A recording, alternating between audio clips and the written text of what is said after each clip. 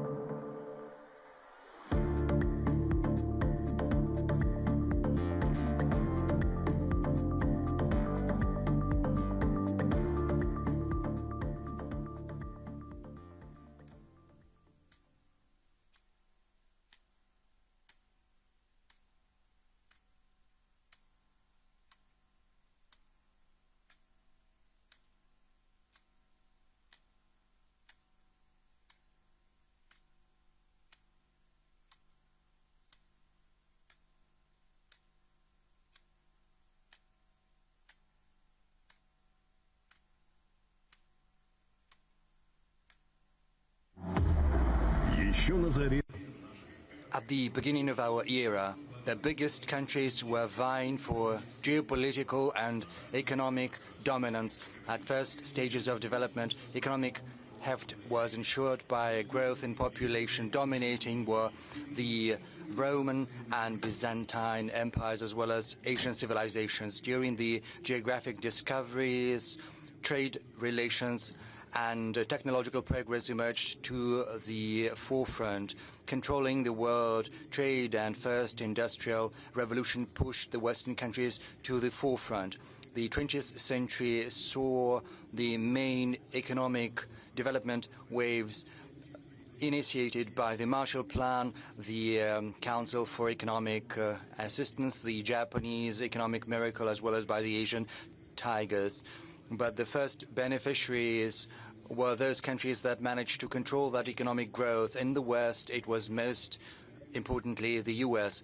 But the 21st century offered us several surprises. The Western coalition was controlling all benefits, and right now this control is slipping. The first wave of economic growth in the 21st century is ensured by the BRICS countries right now. It's a sustainable trend in the world economy. Almost all countries that are going to be the engine of growth in the 21st century are searching for new forms of cooperation and integration. The response is a strengthening of BRICS, the SCO, the Eurasian Economic Union, as well as other formats. The geopolitical realities today require the establishment of a new economic growth platform for the countries of the world majority. To do that, we need to overcome the greatest challenges of the time, ensure the sustainability of multipolar world diplomacy based on the principles of justice and due regard for the interests of one another. This will help us address the issue of fragmentation, both economic and political. We have to protect traditional values, respect for culture and the traditions of one another, ensure an influx of investment into breakthrough technologies for the benefit of humanity. But given all the existing risks, we need to provide equal opportunities, remove social barriers, bring down inequality in the new world, check the degradation of the environment, and improve the environment for people. We need a policy that will help improve global growth, protect shared values, and bring the world closer to a just world. St. Petersburg International Economic Forum, shared values as a foundation for growth in a multipolar world.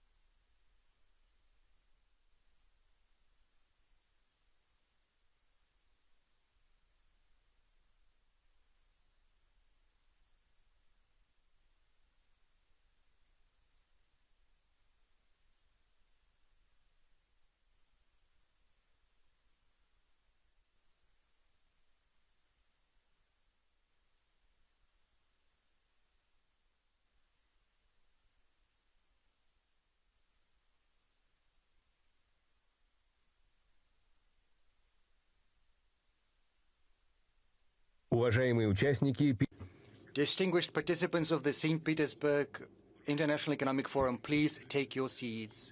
Switch off your mobile devices as well as flashes of your cameras. The plenary session is beginning. participants of the St. Petersburg International Economic Forum, you are kindly requested to take your seats, switch off your mobile phones, and disable the flash on your cameras. The plenary session is starting now.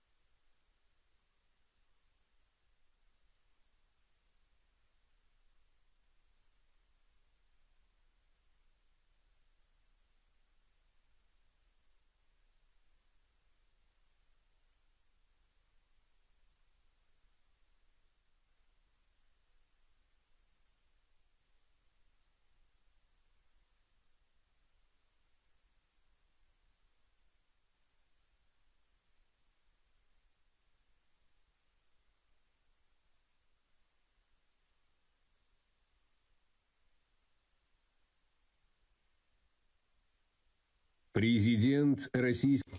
President of the Russian Federation, Vladimir Putin. President of the Republic of Indonesia, Prabowo Subianto. Representative of His Majesty the King for Philanthropy and Youth Affairs, Sheikh Nasser bin Hamad Al Khalifa. Vice Premier of the State Council of the People's Republic of China, Ding Xuexiang. Deputy President of the Republic of South Africa, Paul Mashatile. Moderating the plenary session is Nadim Kotesh.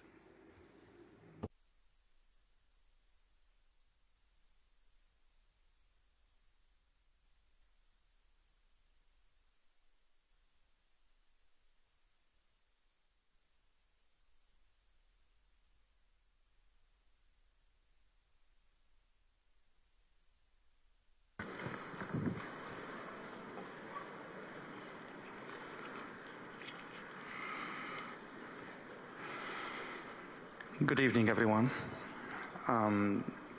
Mr. President, thank you so much. It's a pleasure and an honor to be with you on this panel with your esteemed guests. If anything, the St. Petersburg International Economic Forum is again and again proving itself as a pivotal platform for the discussions around global economy, global trends, and geopolitics. So there's no better time than now than being here and discussing what we are going to discuss after listening to these speeches, one by you and the rest by your esteemed guests. Thank you again. Thank you so much. And this is a very interesting panel if you look at the structure of the panel. We have China, we have Indonesia, very important country from the ASEAN, have Russia, we have Bahrain, a very important and vibrant GCC country, and then we have South Africa, which is a founding member of the BRICS.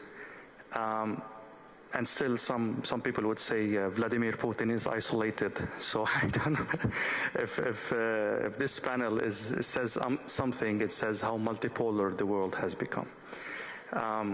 Mr. President, the floor is yours for the first speech.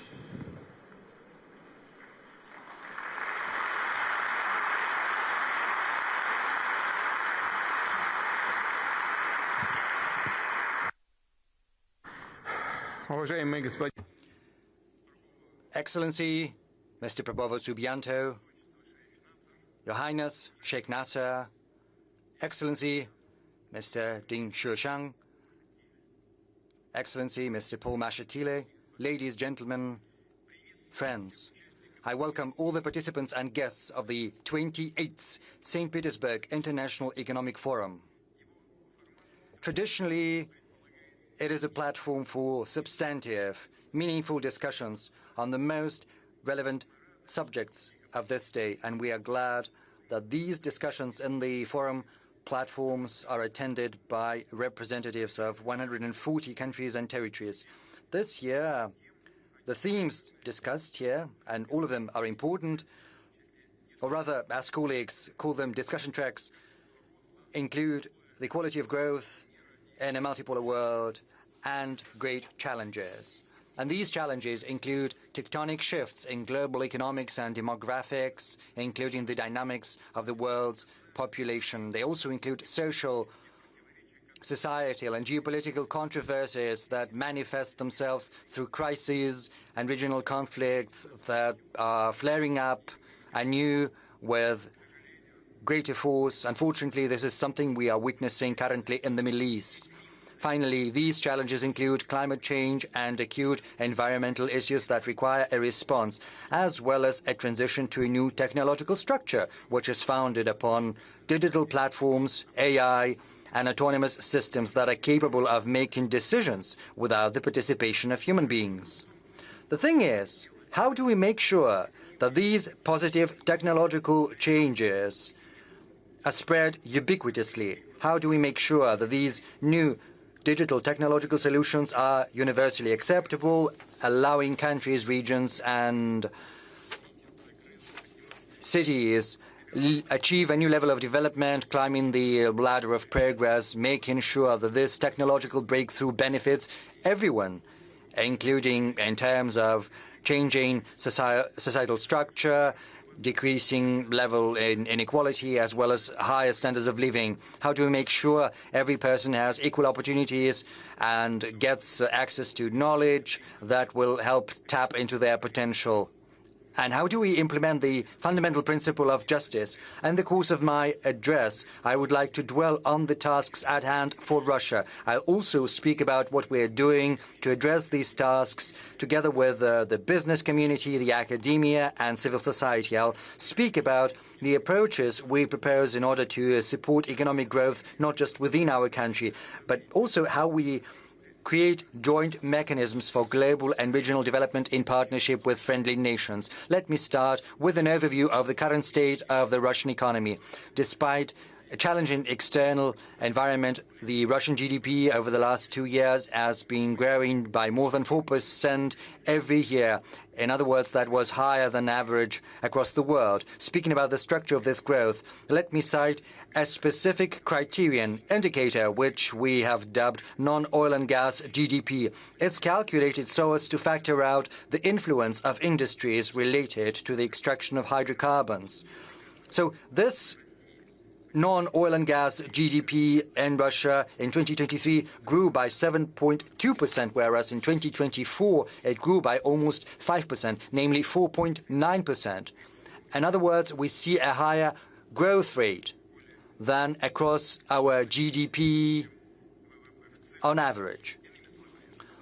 In other words, the contribution of the commodity-related component into the economic dynamics of our country is no longer defining. Moreover, at the current point in time, it is showing negative dynamics. And by far, the defense industry is not the only thing sustaining the general growth of GDP, despite what some claim. Yes, indeed, the defense industry has played a role, but we have to look at the structure in detail. Over the last 2 years, we see growth in agriculture, industry in general, construction, logistics, services, finance, as well as IT. In other words, almost all key systemically important industries of the Russian economy have been growing. What does it tell us? It tells us that thanks to the efforts of dozens of thousands of companies and enterprises, their teams, managers, thanks to the initiatives and efforts of millions of entrepreneurs, our economy is not simply growing steadily. Rather, it is also gaining in quality, complexity, as well as diversity. The idea of a Russian economy being completely commodity-based and dependent on the exports of hydrocarbons is evidently outdated. It's becoming a thing of the past. Reality tells us a different picture. Russia ranks 4th in the world in terms of the GDP size, and it's the first economy in Europe. And it's, of course, not GDP per capita. This is just the general GDP size. And it is a very important indicator. But it's not enough to achieve this position. It's important to reaffirm it all the time, reaffirm the status of one of the biggest economies. We need to create a conducive environment to make sure that the businesses, both from Russia and from friendly nations, keeps investing resources, modernizing and expanding its production capacities in Russia. Our current task is to make sure our economy is on a trend of balanced growth. This balanced growth implies moderate inflation as well as low unemployment rate. The statistics tells us that yearly inflation rate has decreased to single digits. Right now it's less than 10%. As of June the 16th, it stood at 9.6%.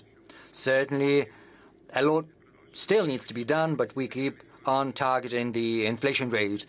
Of course, this is largely thanks to the active efforts by the government in terms of developing supply-side economics, but also the actions of the central bank. At the same time, the inflationary dynamics is better than anticipated by many experts, even better than the forecast by the Bank of Russia, which is something that has allowed us to proceed to a careful loosening of the monetary policy, but the changes in consumer prices doesn't tell us the full picture. I would like to reiterate, a well-balanced growth implies not just moderate inflation, but low unemployment rate, as well as a positive economic dynamics, and we need to follow all the indicators telling us how our industries, companies and firms are feeling. A couple of words about the labor markets. There's something I'm gonna get back to later, but I would like to say that the first 4 months of this year saw a GDP growth by 1.5% year on year. In April, the growth picked up to 1.9%, and yet some specialists and experts point out the risks of stagnation and even recession, and this is something we have to avoid at all costs. I know that at this forum you've listened to the discussions that are currently ongoing within the government. There is a discussion between the Central Bank of Russia on the one hand and the government on the other, and of course you are well versed in the facts. What we need is to pursue a well-informed, careful fiscal and monetary policy. We need to make sure that our mechanisms are fine-tuned in order to support and stimulate growth. We need to ensure macroeconomic, inflationary and financial stability. In other words, our strategic task is to be active and steady and consistent in changing the structure of the Russian economy, and we've made great headway in that regard. But it is of paramount importance to keep advancing given the drastic changes across the world.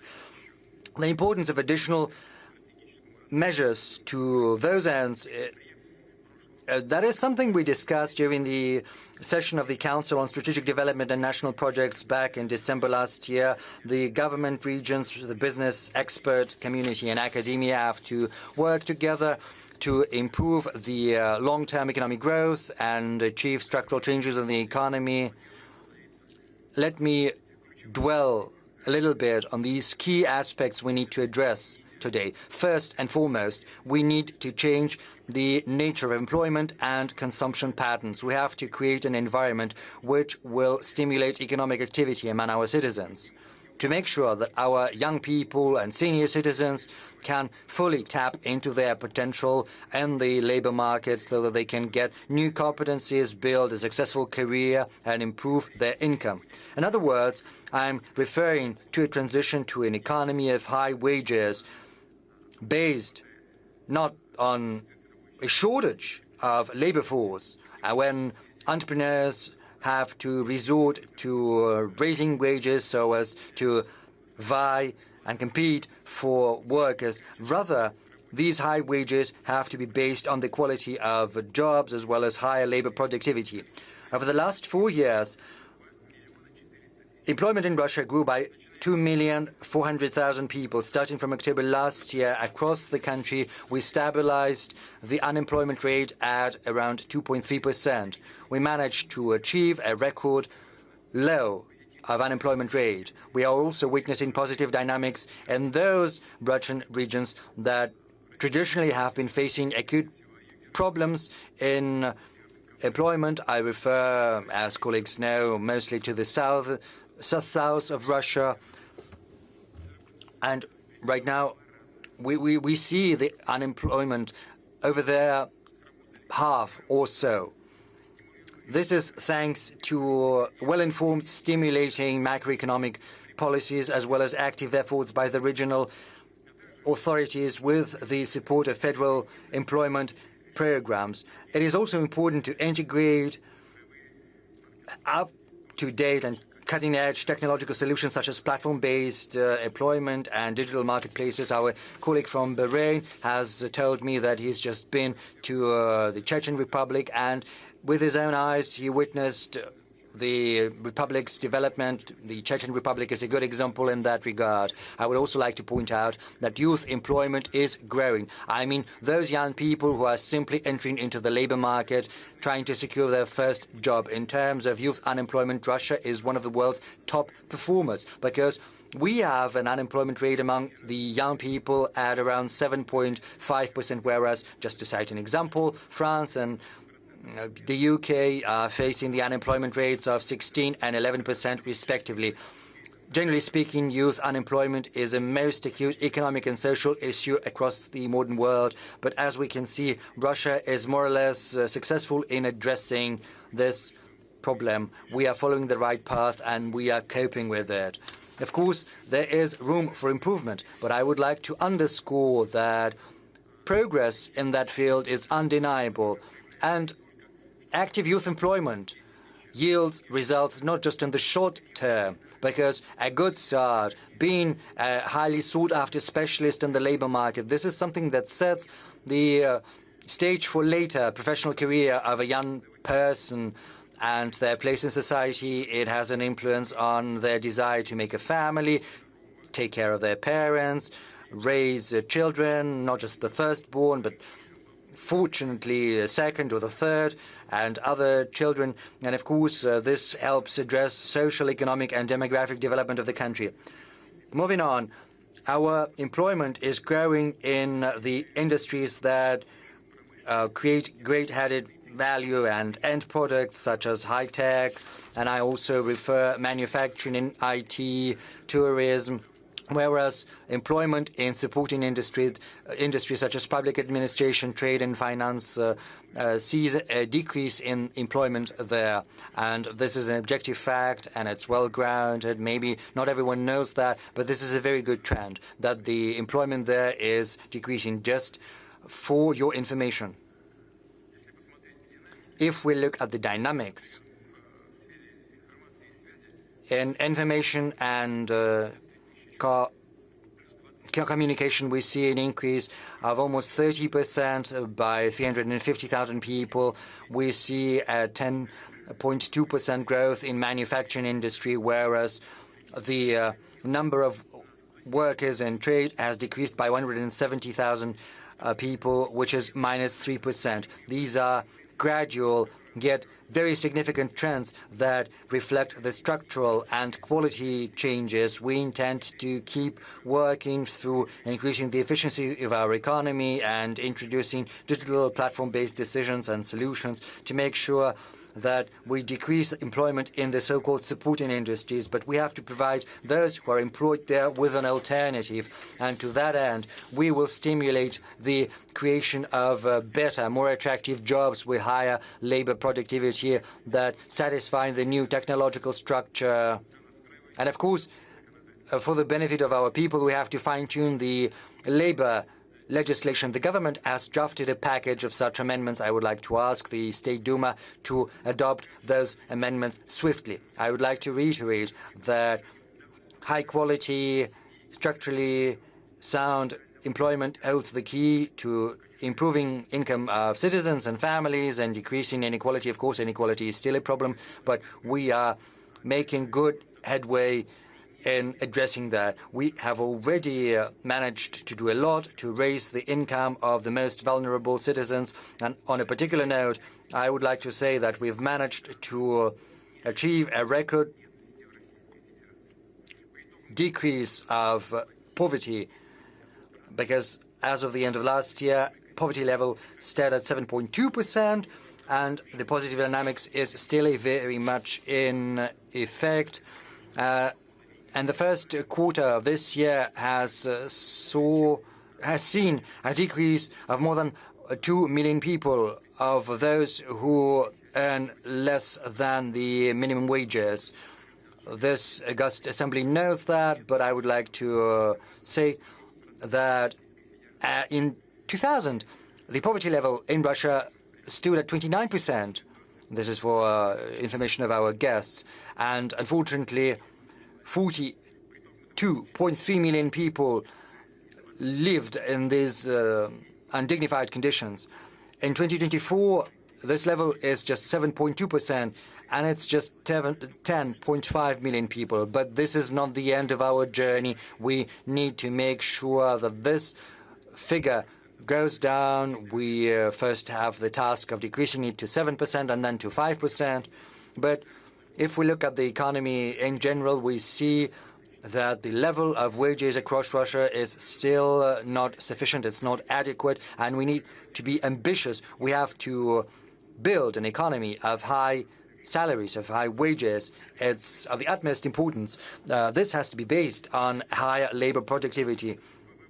Incidentally, the share of wages in the GDP increased from 40.7% to almost 44% in 2024, so in 3 years.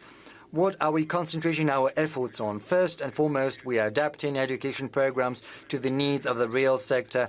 Incidentally, the youth unemployment dynamics I've just mentioned demonstrates that we are moving in the right direction. I would also like to add that this year, in the run-up to our forum, we have published a ranking of education institutions of Russia based on the quality of their jobs, employment, as well as wages. It shows us what professions are in greatest demand, what education institutions give their graduates the best education that the economy needs.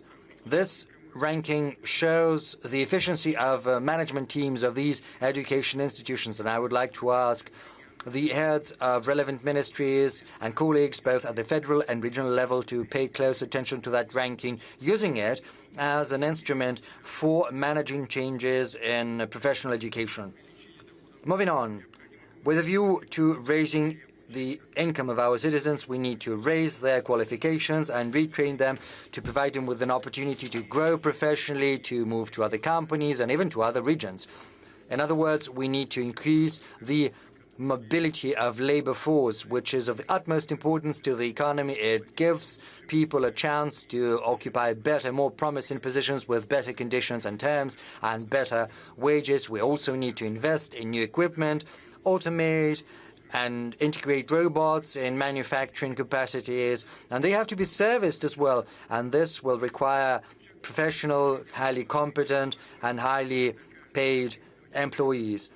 But raising income is important not just for individuals and families, but also for the economy in general, because a rise in income and a decrease in inequality entail a change in the demand structure, because this demand structure becomes more balanced. It stimulates the consumption of domestically produced services and goods. I refer to tourist industry, catering industry, these and also industries that capitalize on our natural reaches, improving the potential of our cities and settlements, making them more comfortable for life and for leisure and for work. And I would like to remind you that together with the government, we decided to introduce a new taxation system for the catering industry with a fixed VAT rate. Part of the revenue will be funneled into the municipal authorities, providing them with an additional resource for projects and development programs on the ground. First and foremost, to raise the standards of life. We're certainly going to support creative economy related to science, culture, art, and creativity, including such avenues as architecture, design, cinema, music, publishing, software, and so on and so forth. That's everything that the experts have dubbed the experience economy. This year, we have seen the entry into force of a federal law that has provided the legal framework for promoting creative industries. Until the end of the year, 70 regions are going to start introducing the standards for the development of this modern segment of economy as well as social life, creating the requisite infrastructure. To make sure this work is put on a systemic basis, I would like to ask the government, together with the Russian regions, to draft a long-term strategy for the development of creative economy, and also think and consider launching a federal project. On a separate note, I would like to speak about raising the tourist attraction of Russian towns and villages, a visible manifestation of our national identity. And true points of tourist attraction are ancient buildings, churches or estates, the cultural heritage sites.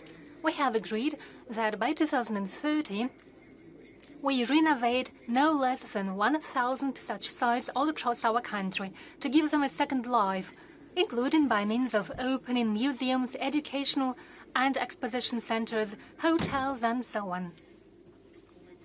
The pilot program to restore cultural heritage sites with concessional funding for such projects, has already covered 9 regions of Russia.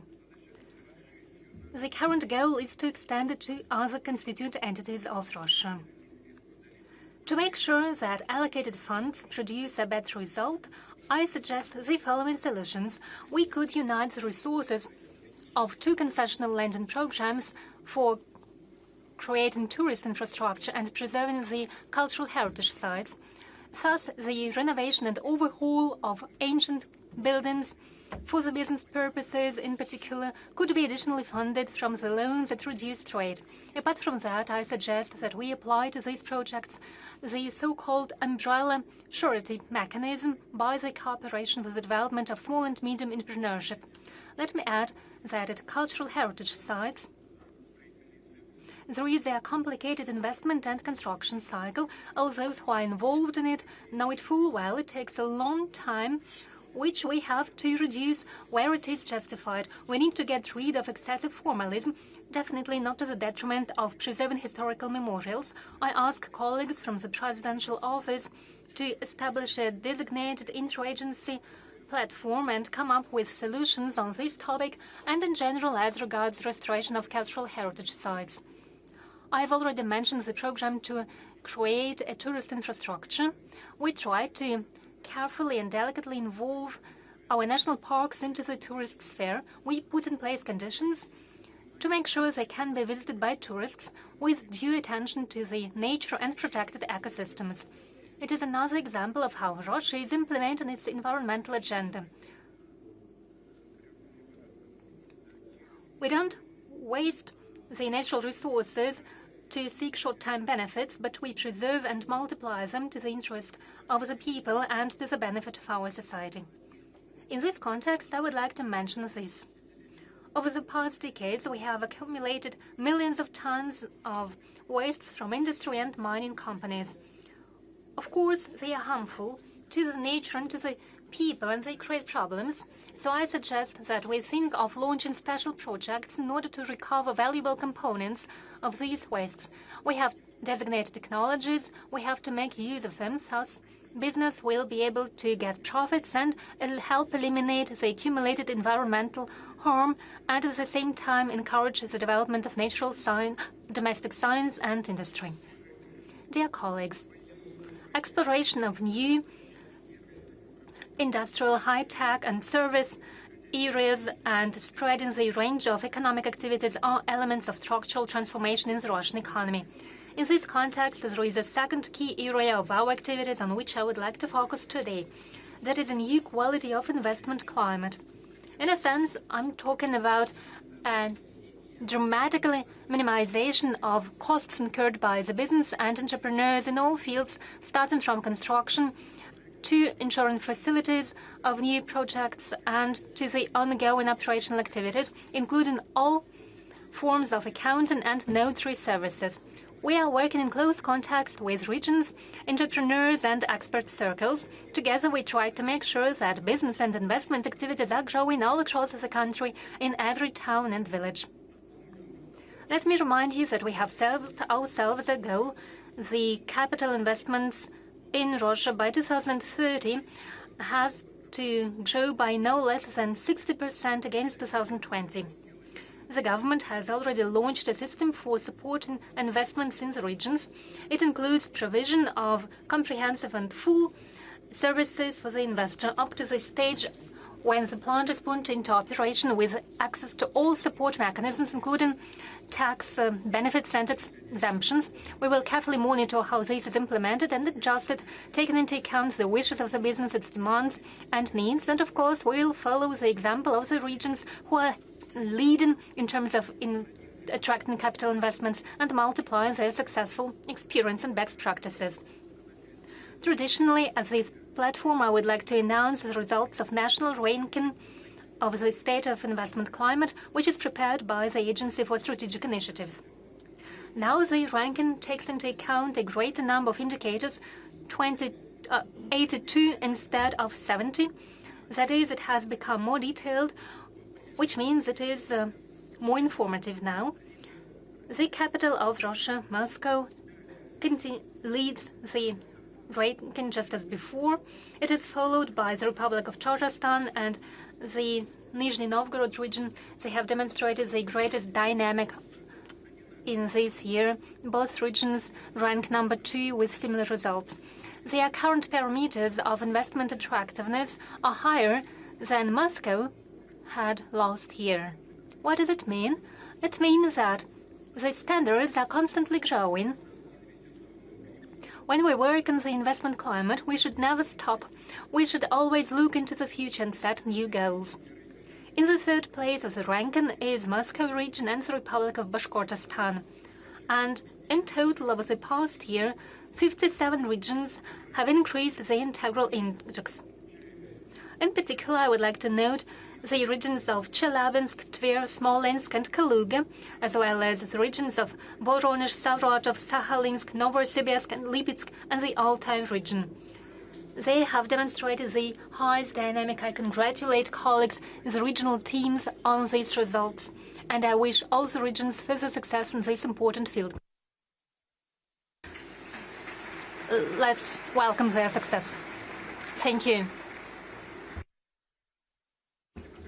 Thank you. As I've already mentioned, along with support for investments, we try to improve conditions for day-to-day business activities, and as we know, there are many tasks in this context, from registration of companies to dealing with insolvency. The government, together with the entrepreneurs and sectoral experts and experts from the Agency for Strategic Initiatives, have launched a large work. We are working on establishing a national model for target conditions for making business, taking into account international practices, but I'll emphasize, taking into account the national features and national development goals that we have set for ourselves. The model should be ready by September this year. We are talking about specific changes for the business which would be tangible and measurable. For example, by 2030, we have to almost halve the terms for being connected to power grids, or to decrease the time which is spent for filing and preparing tax documents by 1.5 times. The goal for the national model is to make sure that by 2030, Russia is among top 20 world leaders for business conditions, taking into account the updated international practices. It should serve as an example for our BRICS partners. Most importantly, the business climate has to allow us to enhance the basis of our economy, to make it more sustainable and at the same time dynamic and aimed at producing goods and services and their promotion in the domestic market and for the global export markets. I'll note that compatibility of domestic goods, agriculture, services and many other fields should be based on our own technological solutions. It is the third area of structural transformation. The Russian economy should be more technological. And it's not just a wish. It's an objective requirement of the world of today and tomorrow. The challenge to which we have to be up to if we want to be stronger, and we do want to be stronger. We are to fully embrace a new stage of technological development of our country. The key instruments will be national projects for ensuring technological leadership.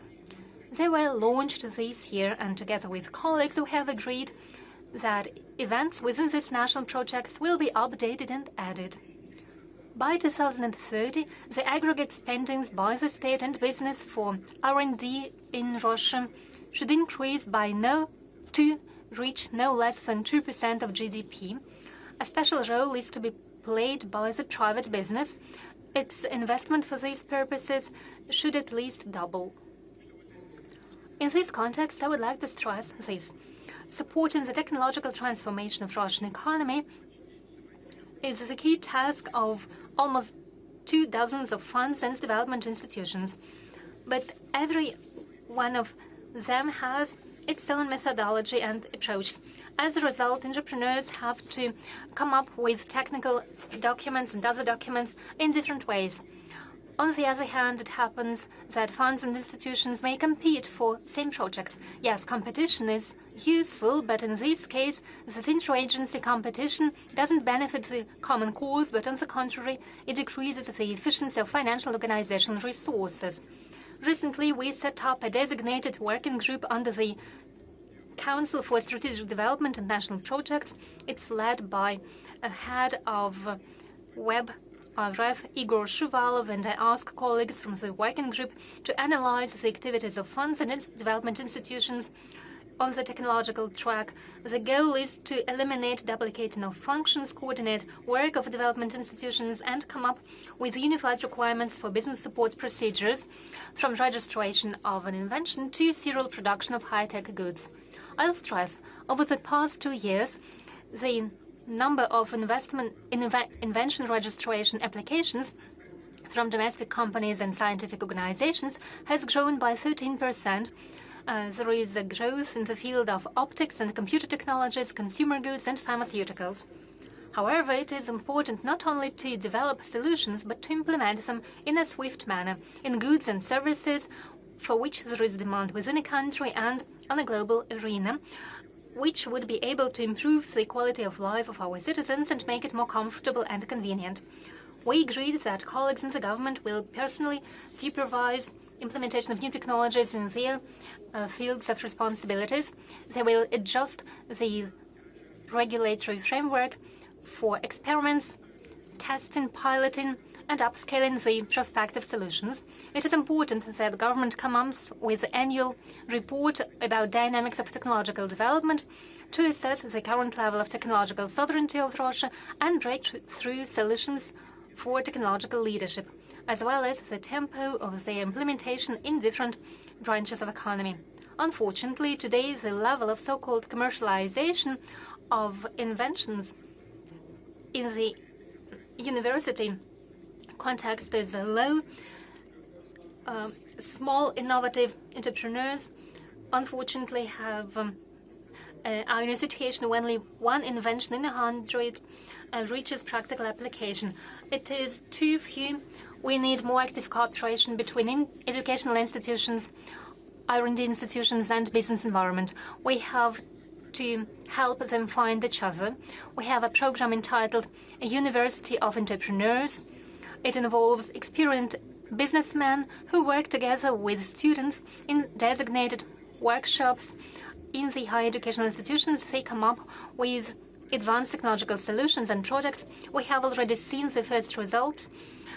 Over 270 million of non-budgetary funds have been attracted, and this year the number of participating higher educational institutions will double. I ask the government to upscale this mechanism to make sure that there is a smooth cooperation at all stages, from formulating the idea for a project to making sure there is an independent business, and we need to ensure joint companies, universities, and real sector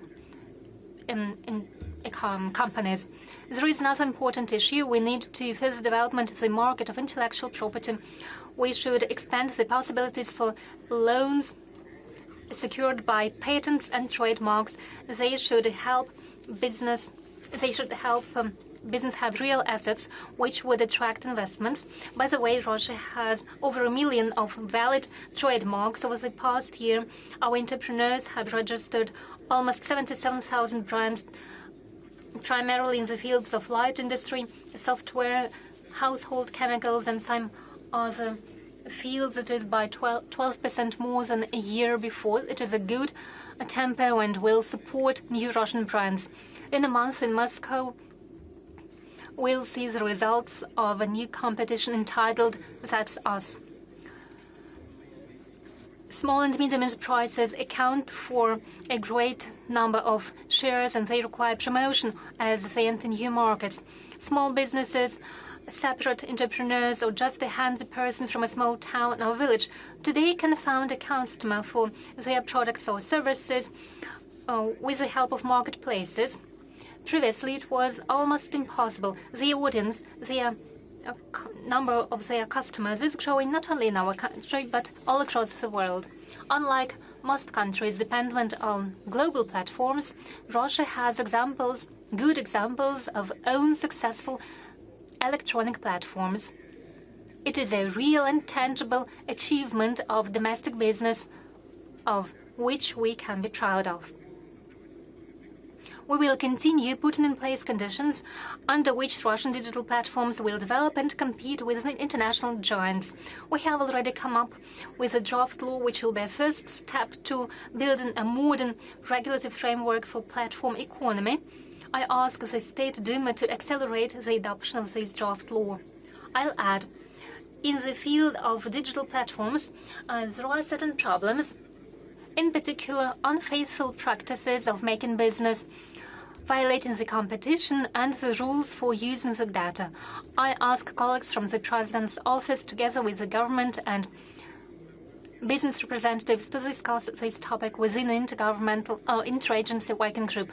I also ask you to analyze the regulation not for the digital but traditional offline trade, that is, shops, chain stores, and so on. Such regulation, in many regards, is outdated. It was developed in a different technological era and is not up to modern challenges and opportunities. I'll add that marketplaces have a large volume of data about the, so to say, health of the business and the state of the market. They know what support it needs, be it advertising or sales, recruitment of staff, or getting a loan. We should make use of these opportunities for the development of small and medium enterprises all across the country. I ask the government to come up with proposals in the context of coordination and aligning information and other instruments to support and promote the business that are at the disposal of the government and digital platforms, including financial and guarantee mechanisms of the SME cooperation. Next. The own independent solutions, including the digital solutions, should be used in order to strengthen the foreign trade infrastructure, talking about logistics, insurance, and payment systems. I'm happy to say that we have a state system of electronic consignment documents fully operational. So all the papers you may need for transportation by road, be that consignment documents or waybills, all of that can be done online, electronically. And on a monthly basis, more than 1.5 million of documents of the kind are being issued. We have intentions to go digital and use platform solution for all means of transport in Russia, including transport by road, air, rail transport, river and maritime connections. So we're talking about creation of the National Digital Transport and Logistical Platform. This modern technological foundation will serve for the development of international corridors, among others, including Trans-Arctic Transportation Corridor from St. Petersburg via Murmansk all the way to Vladivostok and many other transportation routes. As for payment infrastructure, here we are going to work closely with our colleagues from the BRICS bloc. We will be aiming to create efficient and reliable mechanisms and services that are fully independent from any kind of external interference. And in this regard, we absolutely need the experience that our countries have in circulation of digital national currencies. Russia has been implementing a pilot project of the kind for 2 years now. We worked on all the major operations, including opening of account, closing accounts, transfers between individuals and legal entities, payments for goods and services. Our goal right now is to make sure that the use of digital ruble is a commonplace, both between individuals and companies and banks. And I request the central bank and the government to accelerate this tradition and identify the periods for the technological development in the financial sector. In this regard, the fourth area of structural changes is in the new quality of foreign trade, and that applies both to export and import. The goal is clear. We need to increase the non-oil and gas export. And for that, we're determined to develop relations with our partners, eliminate trade barriers, untap new market niches, and shape infrastructure, develop it and strengthen investment cooperation. I'd like to remind you that we've agreed to develop long-term cooperation plans with our key partners. A good example of the kind is the plan for strategic cooperation with the People's Republic of China until 2030.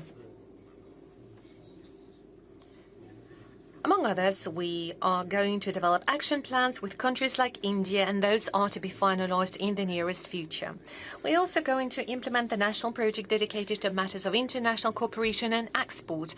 We will support initiatives of our foreign partners that make use of Russian technological platforms, which means that the machine building industry will be seeing additional demand. So in the nearest years, in the CIS countries, including Belarus, Uzbekistan and Kazakhstan, plus Turkey, Vietnam and a number of other countries, we will see a whole number of large-scale energy projects being implemented, including nuclear energy, extractive and processing industries, and the foundation for those projects will be Russian tech solutions that will also involve a number of Russian financial structures. Ramping up non-oil and gas export is just one of the tasks in the area of foreign trade. We are determined to transform the structure of imports step by step, specifically the products and items that we buy from our partners. By doing so, we would like to gradually increase the share of so-called labor-intensive goods and services that require major labor resources, human resources, physical and manual labor. In Russia, on the contrary, we need to focus on high-tech, complicated goods and services with a high degree of automation, high added value, which undoubtedly would contribute to better employment and more jobs in our country.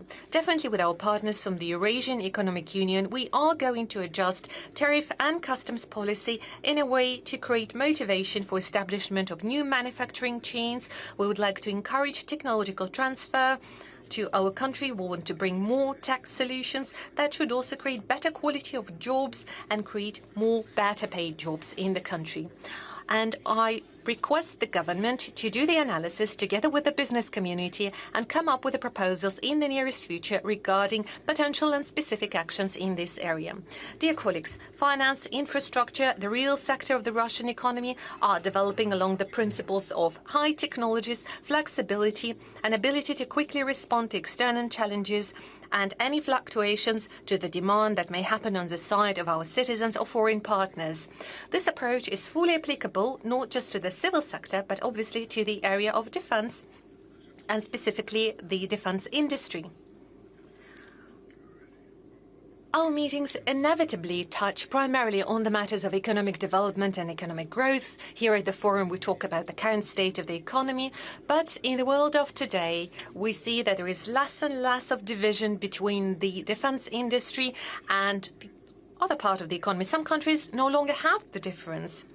And those dramatic changes is the fifth area of the structural modernization of the economy and strengthening of our sovereignty.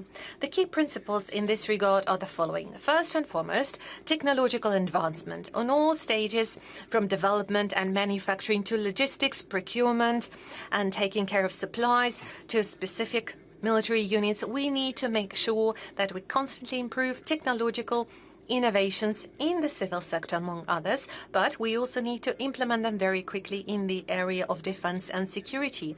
Whenever possible, we need to aim for synergies and adjacencies of the defense industry with the civil sector. We need to take care of the effective production of dual-use goods.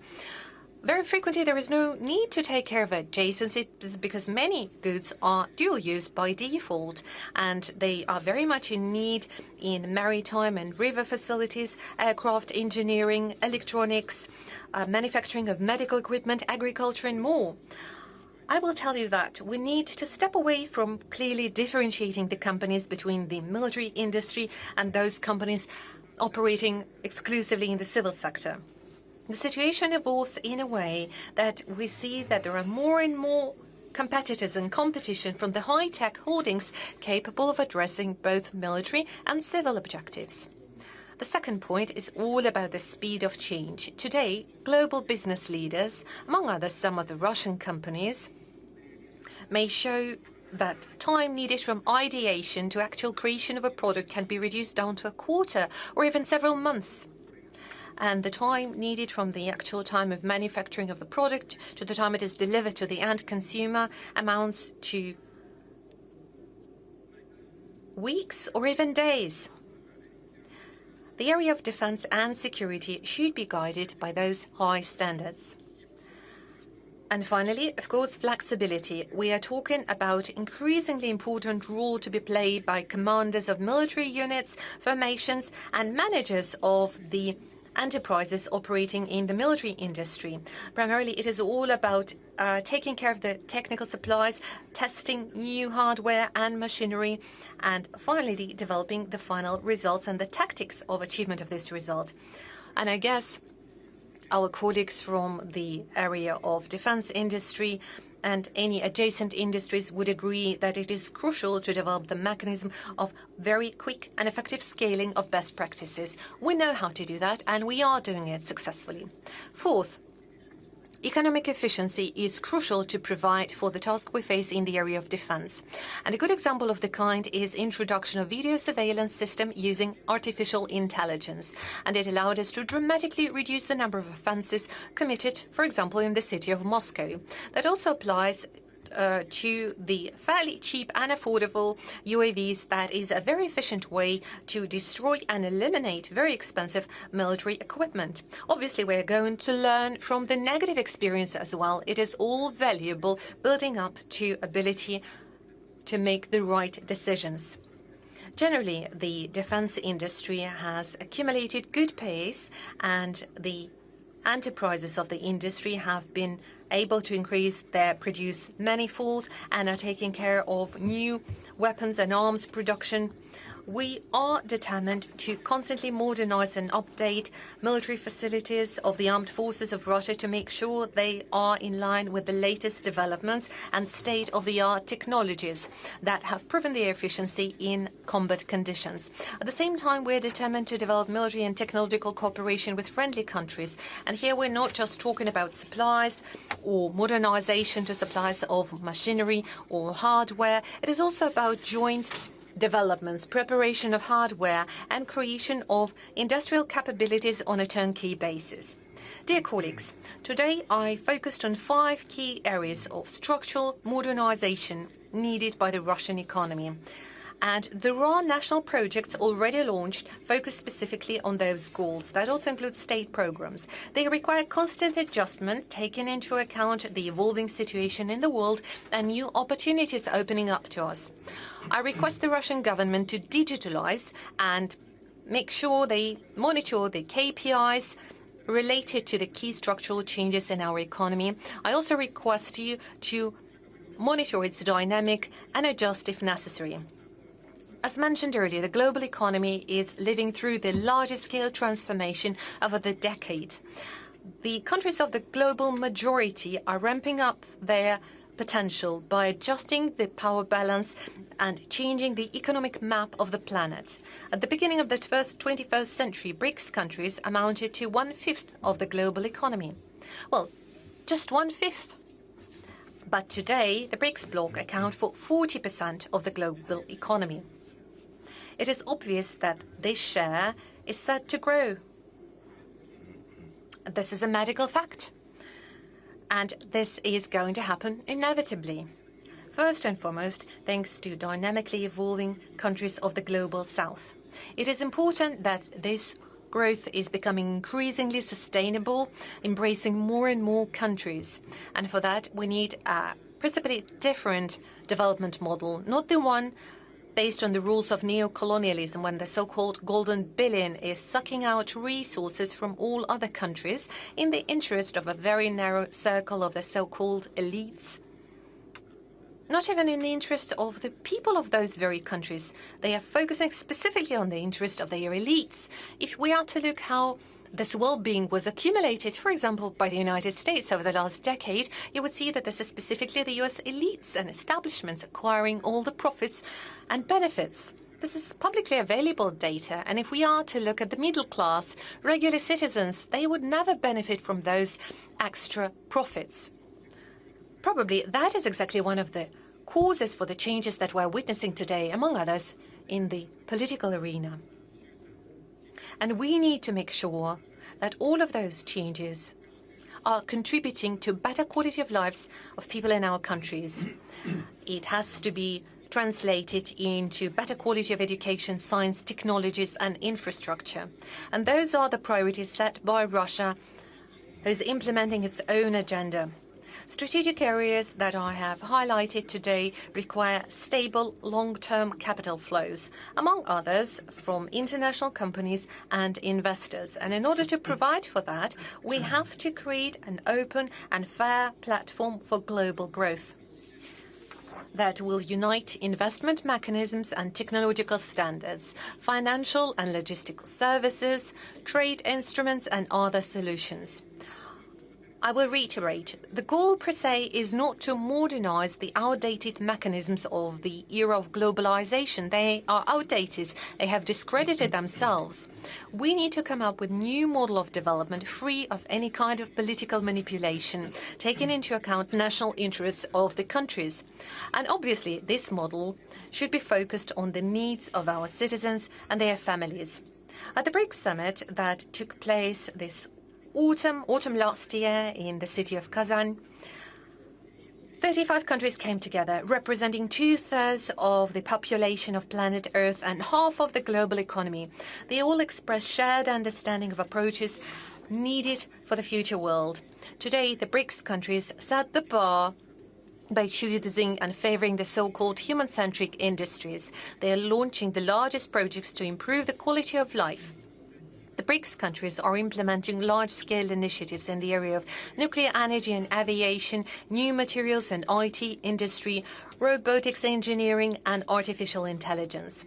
Certainly, particular attention is being paid to strengthening connection within the BRICS bloc.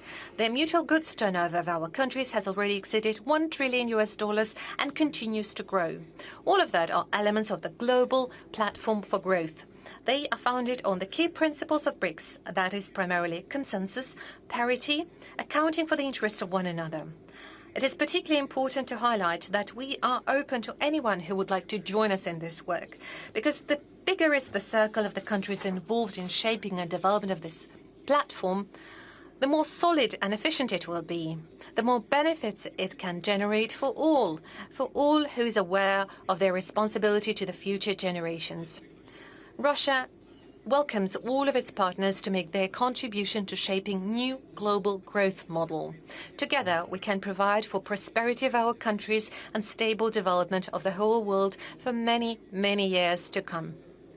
And this is exactly why this year in Moscow we conducted the Open Dialogue, where we had participants of more than 100 countries. We intend to make this format regular, and we'd like to build a whole ecosystem around it where we could discuss and elaborate on implementation of breakthrough ideas. The global challenges that the world of today is facing require global response. No country alone could resolve those countries, the more so at the expense of others. It is no longer possible. It is an illusion. It is only that through joint actions within the framework of BRICS or some other formats, we can ensure progress for the whole civilization. I thank you for your attention.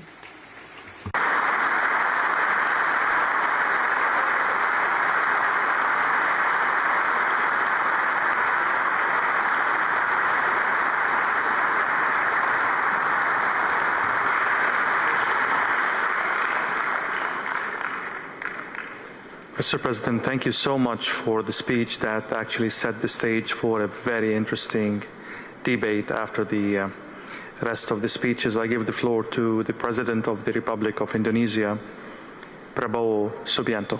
The floor is yours.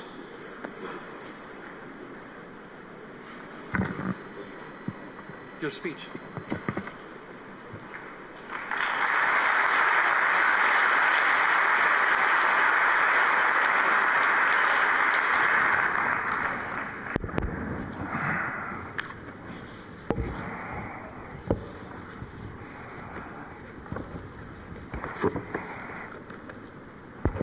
Your Excellency, President Vladimir Putin, President of the Russian Federation, Your Excellency Prince Nasser bin Hamad Al Khalifa, National Security Advisor to the King of Bahrain, Your Excellency Paul Mashatile, Vice President of South Africa, Your Excellency Mr. Ding Zhuoxiang, Vice Premier of the People's Republic of China, distinguished ministers, business leaders, ladies and gentlemen, participants of this forum. I'm honored here today to be invited and to speak in this forum, the St. Petersburg International Economic Forum 2025. This forum is a forum that combines and gathers leaders from the West, the Global South, the East, and where Eurasia meet. Indonesia views the summit as an opportunity to forge strategic trust, an opportunity to make deals in an increasingly complicated geopolitical situation. Deals that can benefit our shared survival and our shared success. On this occasion, I would like to introduce myself. I am Prabowo Subianto, President of the Republic of Indonesia. I've just been inaugurated on 20th October 2024, and this is my first International Economic Forum, so I apologize if I'm a bit nervous.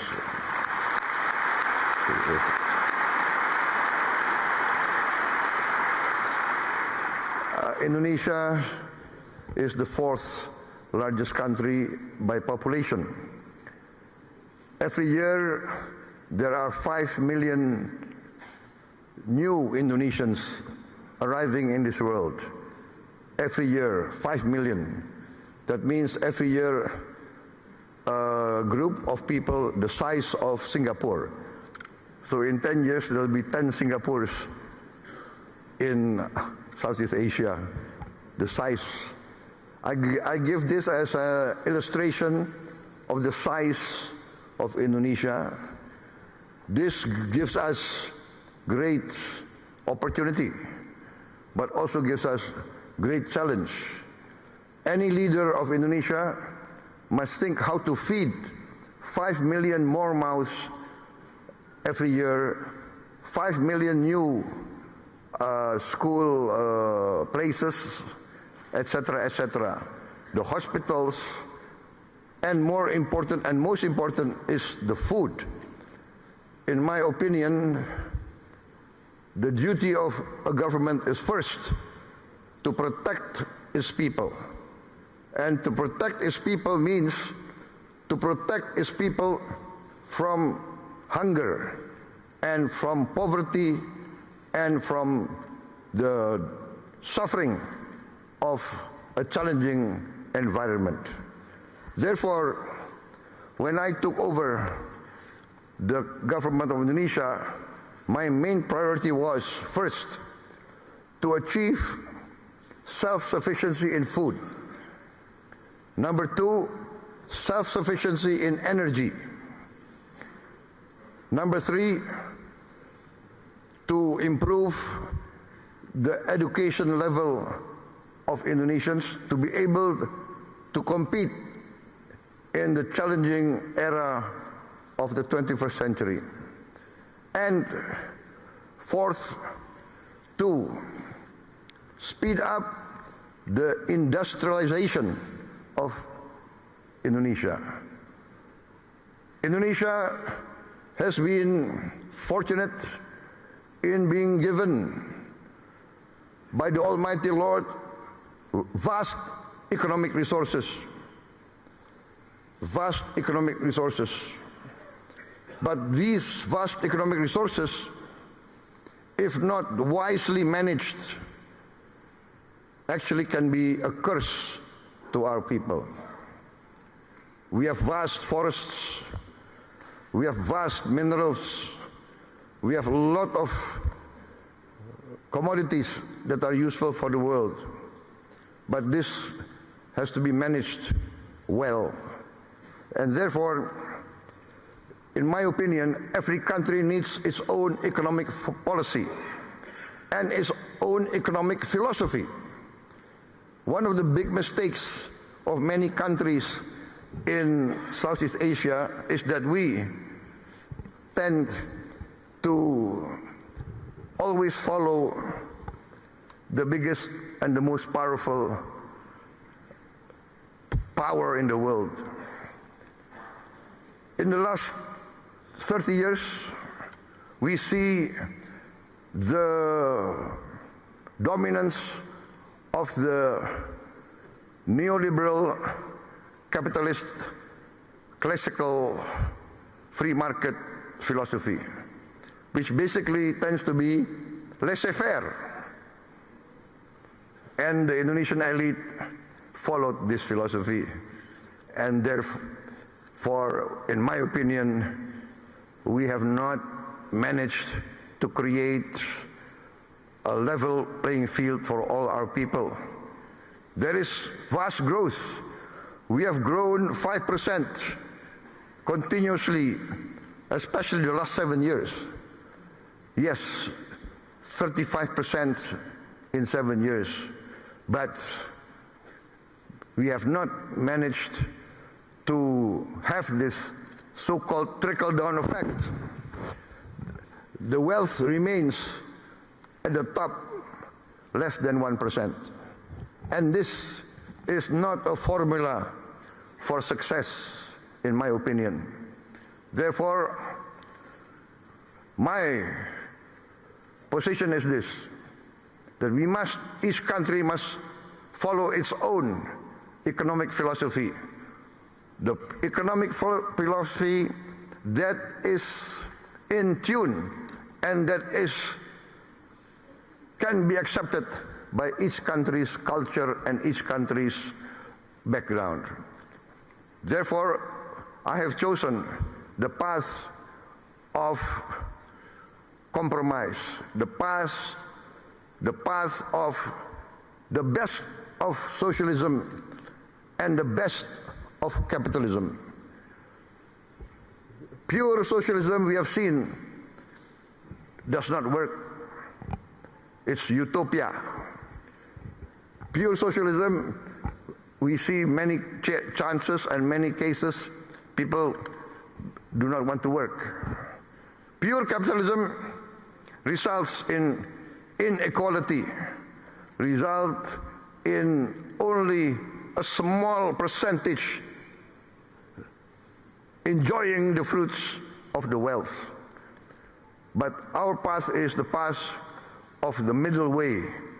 We want to use the creativity of capitalism, innovation, initiative. Yes, we need that. But we need government intervention to overcome poverty, overcome hunger, to intervene and to protect the weak. Because there's a danger in developing countries like Indonesia of what we consider the danger of state capture. The collusion between big capital business and government officials and political elite.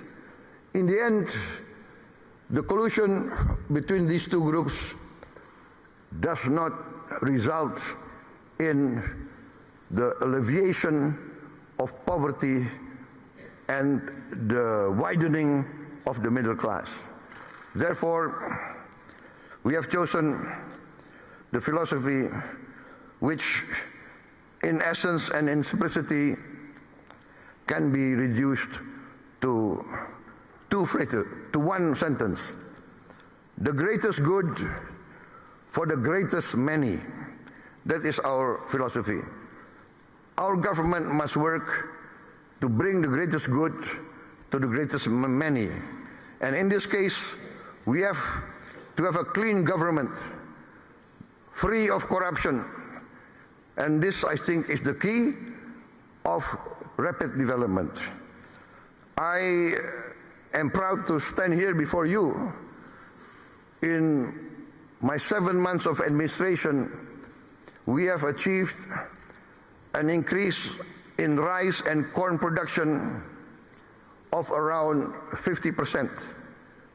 And this is the greatest increase production in the aggregate in the history of the Republic of Indonesia. And we have now in our government warehouses 4.4 million tons of rice, which is the largest reserve in the history of the Republic of Indonesia in just a few months of my administration. We increased efficiency, we fight very strongly against corruption, we deregulate, we cut all the regulations which increase inefficiency, and we have seen the rapid results. I believe that if Indonesia can play a good role, a positive role in international relations, for instance, our participation in BRICS, we thank the government of Russia for supporting us to be a member of BRICS very fast. I think we are one of the fastest members to be accepted in BRICS. Also, Madam President, former President of Brazil and President of the New Development Bank, we are also accepted into the member of New Development Bank, also very fast. We thank also the government of China for supporting us and the government of South Africa. And we believe that together BRICS can contribute significantly to stability, prosperity of the world.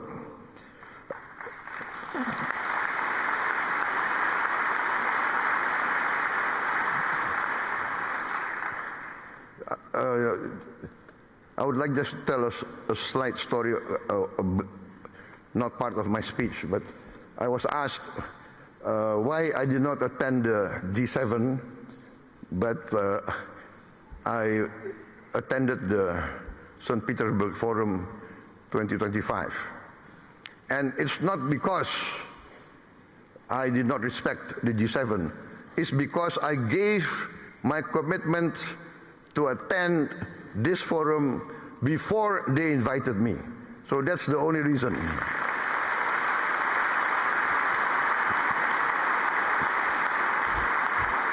So please don't read too much into the event. Sometimes political observers, they want to read, is this a political statement, right? No. Indonesia, by tradition, always non-aligned. We respect all countries. Our foreign policy is very simple. One phrase, 1,000 friends, too few. One enemy, too many. We want to be friends with everybody.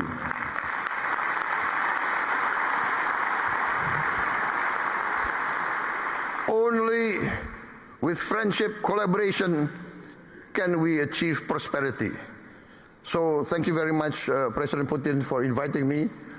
And because you invited me, I can be here today in this historic city, a city of heroism, a city of great patriotism, and as an amateur student of history, I followed the history of Russia, and I know the significance of St. Petersburg. And I had the honor of attending the cemetery of the victims of the war a few days ago. So thank you very much for this invitation.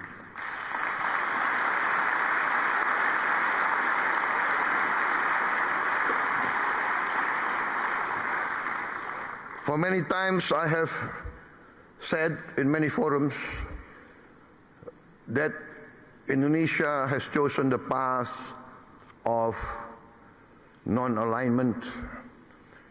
We consider that this world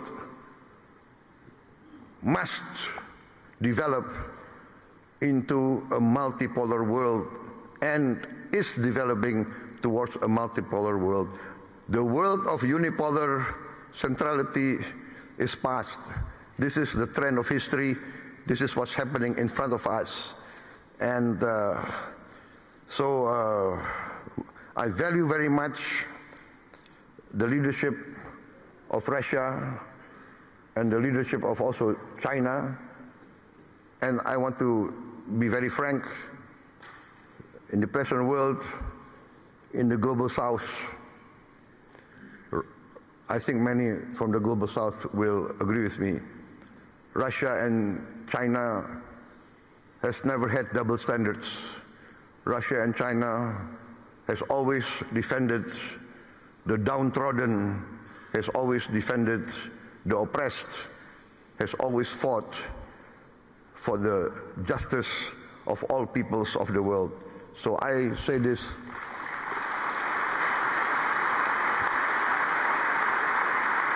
from my heart. Therefore, Indonesia wants to be a good partner and a strong partner. My experts tell me that in this first semester, our economic growth is more than 5%. Actually, it can really end up by the end of this year nearly 7% or even more. So this shows that we have chosen the right path and we are achieving our goals. I'm very convinced that we will achieve our goals within a few years. I've given the target 4 years self-sufficient in food, and we are experiencing that we can be self-sufficient in food within this 1 year. And we will be, in a few years, a net exporter of rice and corn. Also, now I've formed a sovereign wealth fund, which we call Danantara, which means the future energy of Indonesia.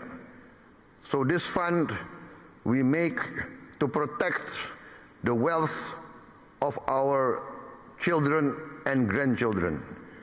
The fund now has 1,000 billion US dollars of asset under management. And this year we have cash to invest of $18 billion. We want to work together with all strategic partners. We do not ask for assistance. We do not ask for handouts. We want to be a real partner. We want to achieve together real prosperity. We are open for business. We invite all groups from everywhere, especially Russian entities. Before I was elected, I was an entrepreneur, and I have good relations with Russian corporations. My brother has been active in this area for many, many years, I think more than 2 decades. So we know Russian corporations, and we would like to see Russia participate more in our economy. I've mentioned our foreign policy. We have always been and we will continue to be non-aligned. We thank Russia for helping us and for achieving the Indonesian-Eurasian Union SIPA, Comprehensive Economic Partnership Agreement. And we have completed also negotiations with other groups, Bloc CPTPP, also with the European Union SIPA, and we also request to join OECD. For us, the world and the planet is getting smaller. We will work together with you for peaceful collaboration, peaceful coexistence with all countries. We view with sincere regret the escalation and increase of conflicts around the world, especially in the Middle East, and we hope that all parties can come to a peaceful resolution as soon as possible. I think, distinguished guests, I've come to the end of my short speech. I apologize if what I say is not what is expected of me, but what I say comes from my heart. Thank you very much.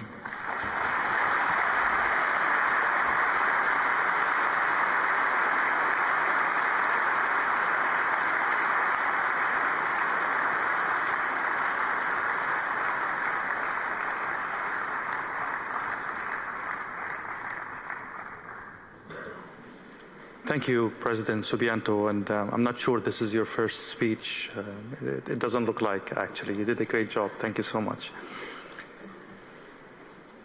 I'll give the floor to the representative of His Majesty, the King of Bahrain for Philanthropy and Youth Affairs, National Security Advisor, Commander of the Royal Guard of the Kingdom of Bahrain, and the honored guest of this year's forum, Sheikh Nasser bin Hamad Al Khalifa. The floor is yours.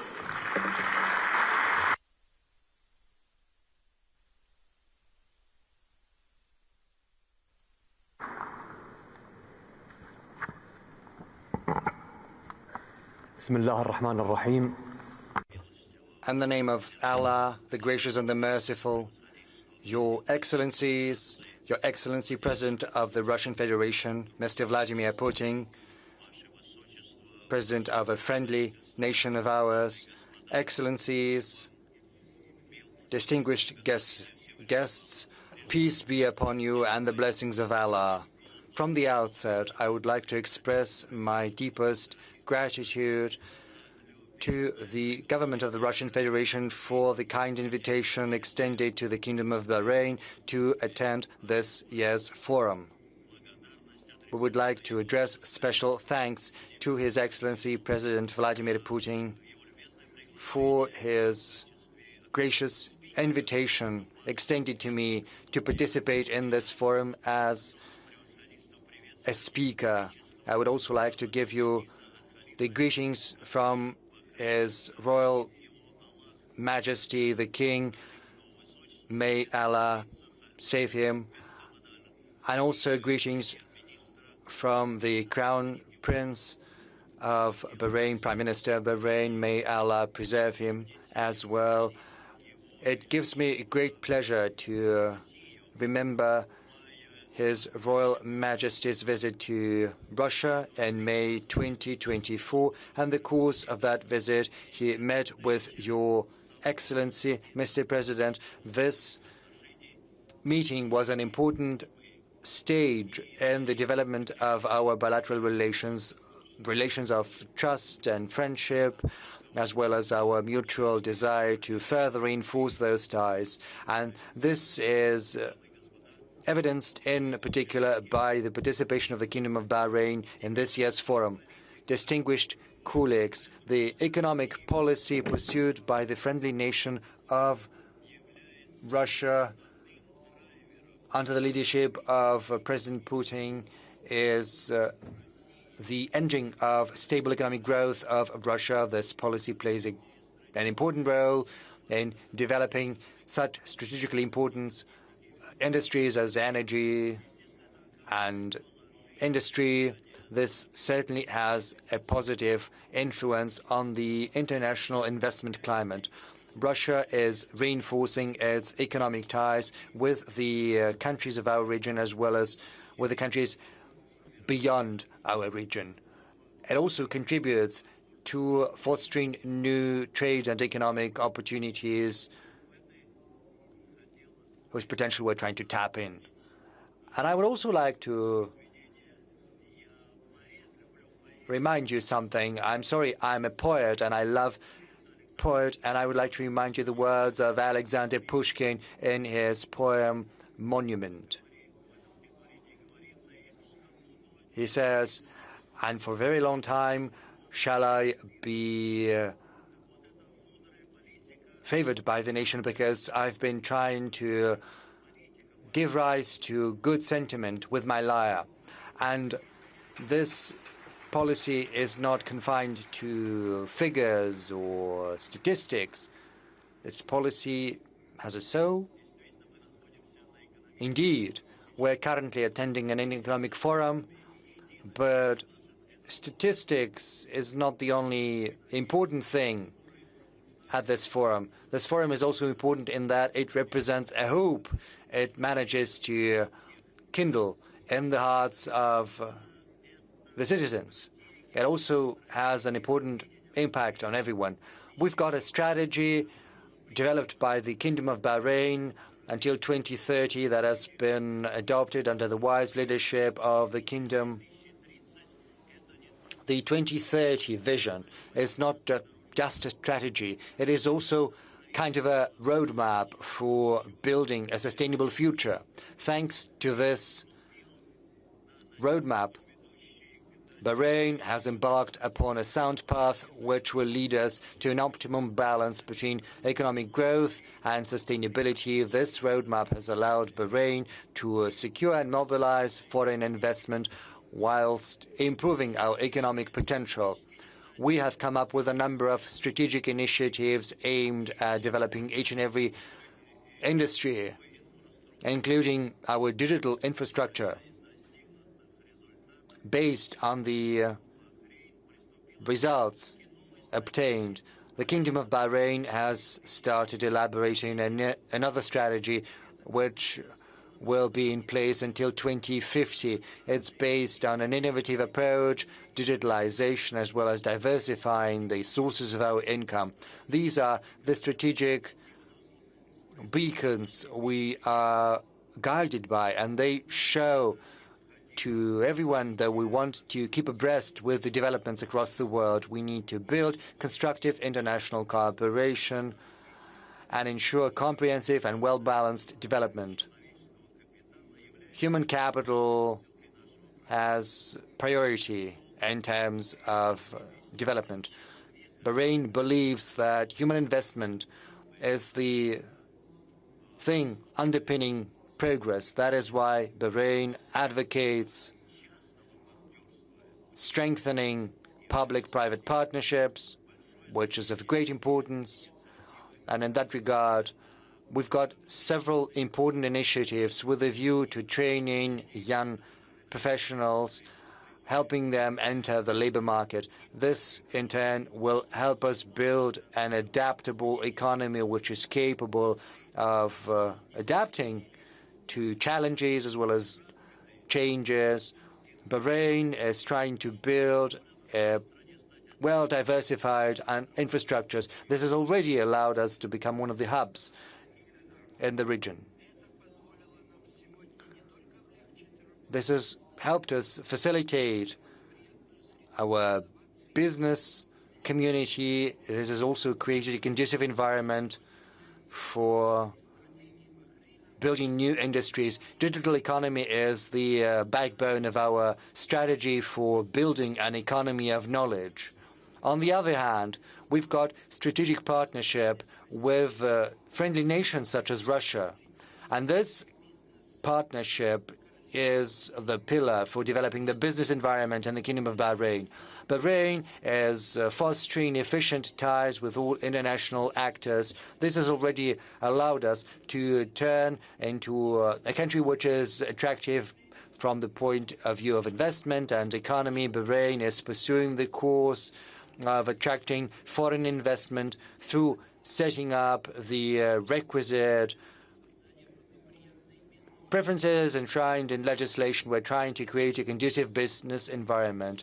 Ladies and gentlemen, the GCC, as of now, sets the trend in terms of supporting business and mobilizing investment across the region. This is something we pay a great deal of attention to.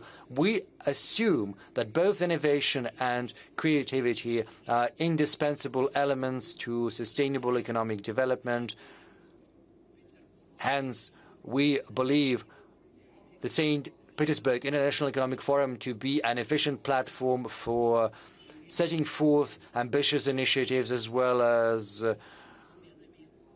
improving ties between investment bankers and business people from different countries, because investment is not just about mobilizing funds, it's also about exchanging creative ideas. It's about implementing creative projects with a view to fostering a sustainable economy. That is why it's important to support innovation in business to accelerate technological progress. I would also like to point out that stronger economic partnership creates a favorable environment for supporting SMEs, and SMEs, in their turn, serve as the engine for economic development. We need, to that end, to unite our efforts internationally and nationally, because it'll open up new horizons for investment opportunities. This will also help us reinforce cooperation among states. That is why we're pursuing a well-informed economic policy in order to build different industries, different businesses, in particular in terms of innovation. We have set the task of building a truly competitive and creative environment, opening up opportunities for trade and economic cooperation with friendly nations. And in conclusion, I would also like to once again thank you, Your Excellency President Putin, for this kind invitation as well as for the excellent organization of this forum.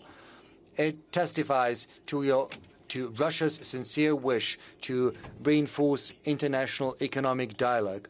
We believe the St. Petersburg International Economic Forum to be an important platform for strengthening our partnership with friendly nations, including Russia. We advocate cooperation for the sake of sustainable development, which is in line with our vision for 2030. Peace be upon you, as well as blessings from Allah.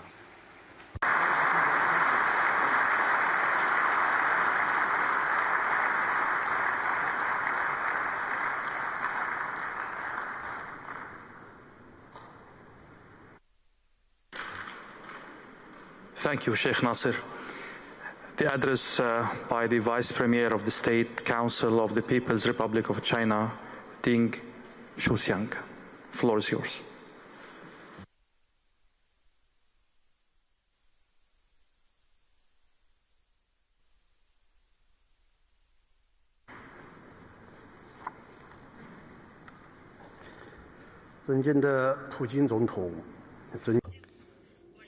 Mr. President, distinguished participants of SPIEF, ladies, gentlemen, I'm glad to have this invitation to participate in the 28th St. Petersburg International Economic Forum, which this year is dedicated to an important theme, a very relevant theme: shared values as a foundation for global growth in a multipolar world. First and foremost, on behalf of China's government, let me offer you greetings and my congratulations on the successful opening of the forum. 10 years ago, President Xi Jinping of China spoke at the UN General Assembly. Back then, he said that peace, justice, development, and freedom were important. These were universal human values, as well as the noble mission of the United Nations. These values are what allows us to overcome ideologically motivated paradigms of thinking and uniting humanity. This was positively received by the international community. Right now, we see unprecedented changes, and right now we see a rise in protectionism as well as one-sided actions. We see the hegemony of diktat of power. Geopolitical conflicts are flaring up. We are witnessing the emergence of new risks. Right now, humanity is facing a great number of shared global challenges. But referring back to President Xi's words, we believe we should remember the universal human values. We have to implement the concept of shared future of humanity. We also have to implement the ideas of global security and global development. We have to ensure all-inclusive globalization for the sake of a safe and prosperous future for everyone across the world. And that said, I would like to share the subsequent ideas with you. First, global governance should be based on cooperation. Global challenges require global solutions based on dialogue. And all countries should have the right and should have the voice in managing our planet. We have to ensure multilateralism as well as equal rights, equal chances, as well as equal rules for each and everyone. 8 years ago,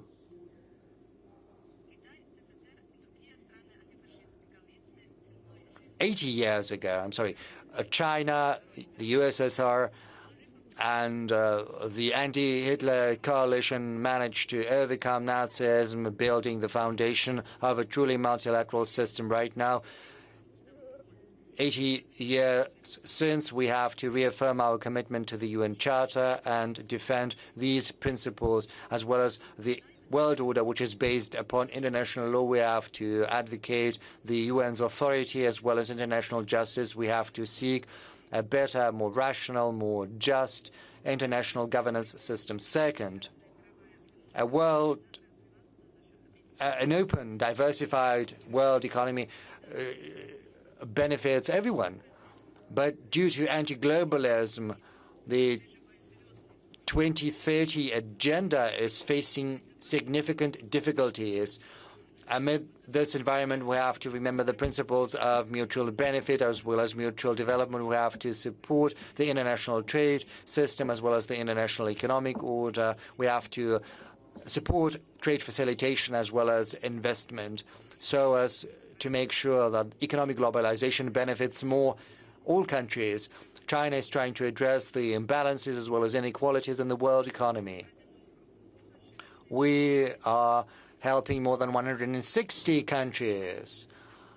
And with more than 150 countries, we've managed to foster high-level cooperation as part of the One Belt, One Road initiative. There is a number of emblematic projects. We've also set up a global development foundation, and we've made a huge contribution to global development. We will keep deepening our cooperation with developing nations, while providing greater attention to our partnerships and partners from the Global South with a view to modernization on a mutual basis.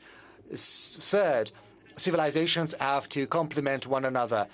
Civilization development needs mutual enrichment. We need to develop these civilizations based on tolerance, dialogue, and mutual respect. They have to be respected as well as respected the right of peoples to choose their own future. We also have to avoid a new Cold War as well as ideological confrontation in all its manifestations.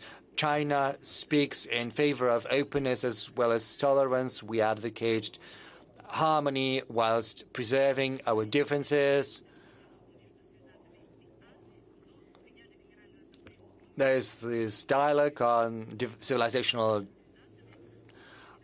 dialogue and the Conference on Civilizational Dialogue. There's also a special resolution of the UN General Assembly that have been adopted, and working together with all of our partners, we're trying to make sure that each and every civilization prospers, to make sure that they are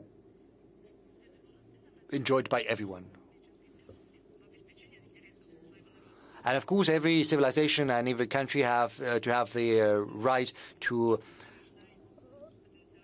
preserve their own uniqueness. Peace helps development, and development ensures sustainable peace, and we've got to take the responsibility for peace on our planet. We have to reinforce mutual confidence and respect and ensure security. We have to help resolution of conflicts in the hotspots across the world. We have always spoken in favor of cooperation and development, and we stand willing to work and cooperate with every nation that is in favor of peace and development. And we have to pass down this legacy from one generation to another. Ladies, gentlemen, friends, China and Russia are permanent members of the United Nations Security Council. They're also leading emerging markets of the world, and as such, we have been long-standing friends.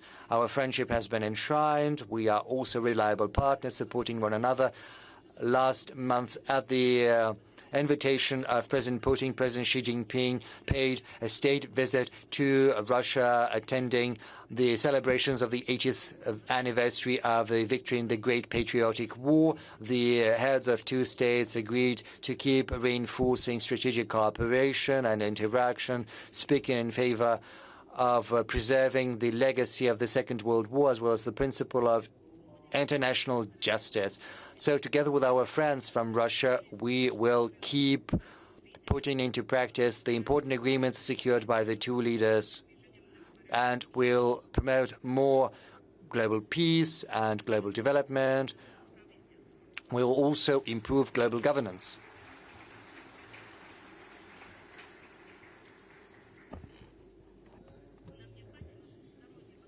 We need to improve, deepen, strengthen and reinforce Russian-Chinese cooperation. Also in such formats as the Eurasian Economic Union and in other formats, we have to build a high-quality infrastructure, tap into our resource potential, and also ensure the complementarity of economic structures of Russia and China, developing our cooperation in energy, aviation, space exploration, AI, and so on and so forth. We also have to improve the material basis for our comprehensive strategic cooperation and interaction for the benefit of both our nations. We also have to keep coordinating our efforts in international platforms, including the UN, promote the SCO and BRICS. And we also have to improve the participation of the Global South in global governance in the interests of a multipolar, more just and more prosperous world. Ladies and gentlemen, friends, currently China is comprehensively, promoting, building a strong state through modernization this year. In spite of adverse external economic environment, China still keeps positive economic dynamics. Our GDP grew by 5.4% within the first several months of this year. We are one of the leading economies. We're also developing our international trade despite difficult economic environment, and it demonstrates to the whole world the resilience as well as the viability of our economy. We will also pursue more active macroeconomic policy aimed at supporting employment and the business community, as well as stabilizing the market. Anticipations will also promote predictable, high-quality development in response to uncertain and highly volatile external environment. Will also help revive the Chinese economy. Whatever happens outside, China's doors will only open further. We steadily promote openness, in particular through institutionalizing it, to make sure we have a better business environment based on the best principles. We will be happy to have everyone in China, and we stand ready to share with you the opportunities for the modernization and development of China. Yes, the road to multipolarity is going to be arduous, but it holds the promise of a bright future. I call everyone to be guided by universal human values, opening together the prospects of a multipolar world together. Thank you.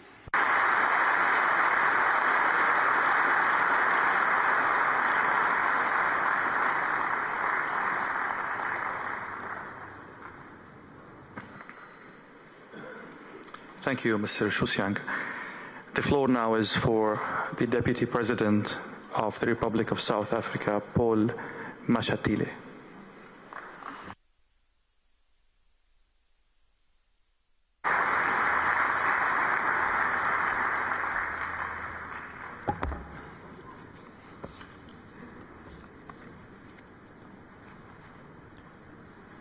Your Excellency, President Vladimir Putin, President of the Russian Federation, esteemed heads of states who are present, Your Excellency Prabowo Subianto, President of the Republic of Indonesia, His Highness Sheikh Nasser bin Hamad Al Khalila, representative of His Majesty the King of Bahrain, His Excellency Mr. Deng Xiaoxiang, Vice Premier of the State Council of the People's Republic of China, distinguished ministers and deputy ministers, diplomats, business leaders, and fellow delegates, ladies and gentlemen, I would like to begin by sending warm greetings from the government of the Republic of South Africa, especially from our President, President Cyril Ramaphosa, and the people of South Africa. This forum, now in its 20th year, remains one of the foremost platforms for global dialogue on economic cooperation, investments, innovation, and inclusive growth. It is therefore an honor to be given the opportunity to address this distinguished assembly at the St. Petersburg International Economic Forum to convey our vision for a more inclusive, sustainable, and prosperous world. The 2025 theme, Strengthening Multipolarity for Sustainable Development, is not only timely, but central to the moment we find ourselves in. I'd like to assume that you will concur with me that the concept of multipolarity has become increasingly relevant in the current global landscape, which is constantly changing.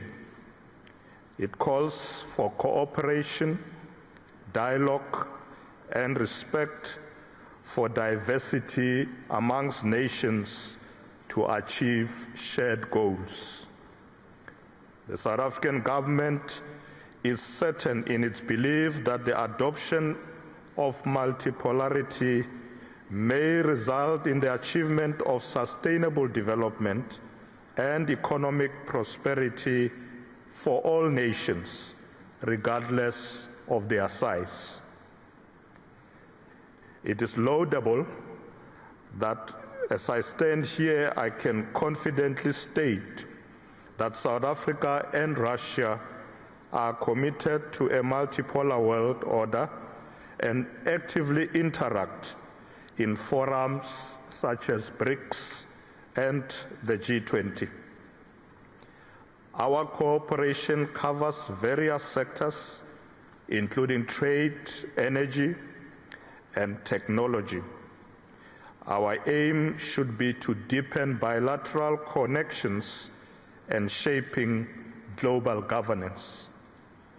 Russia has long played a strategic role in the global economy, not only as a major energy producer, but also as a key actor in food security, industrial technologies, and science-based innovation.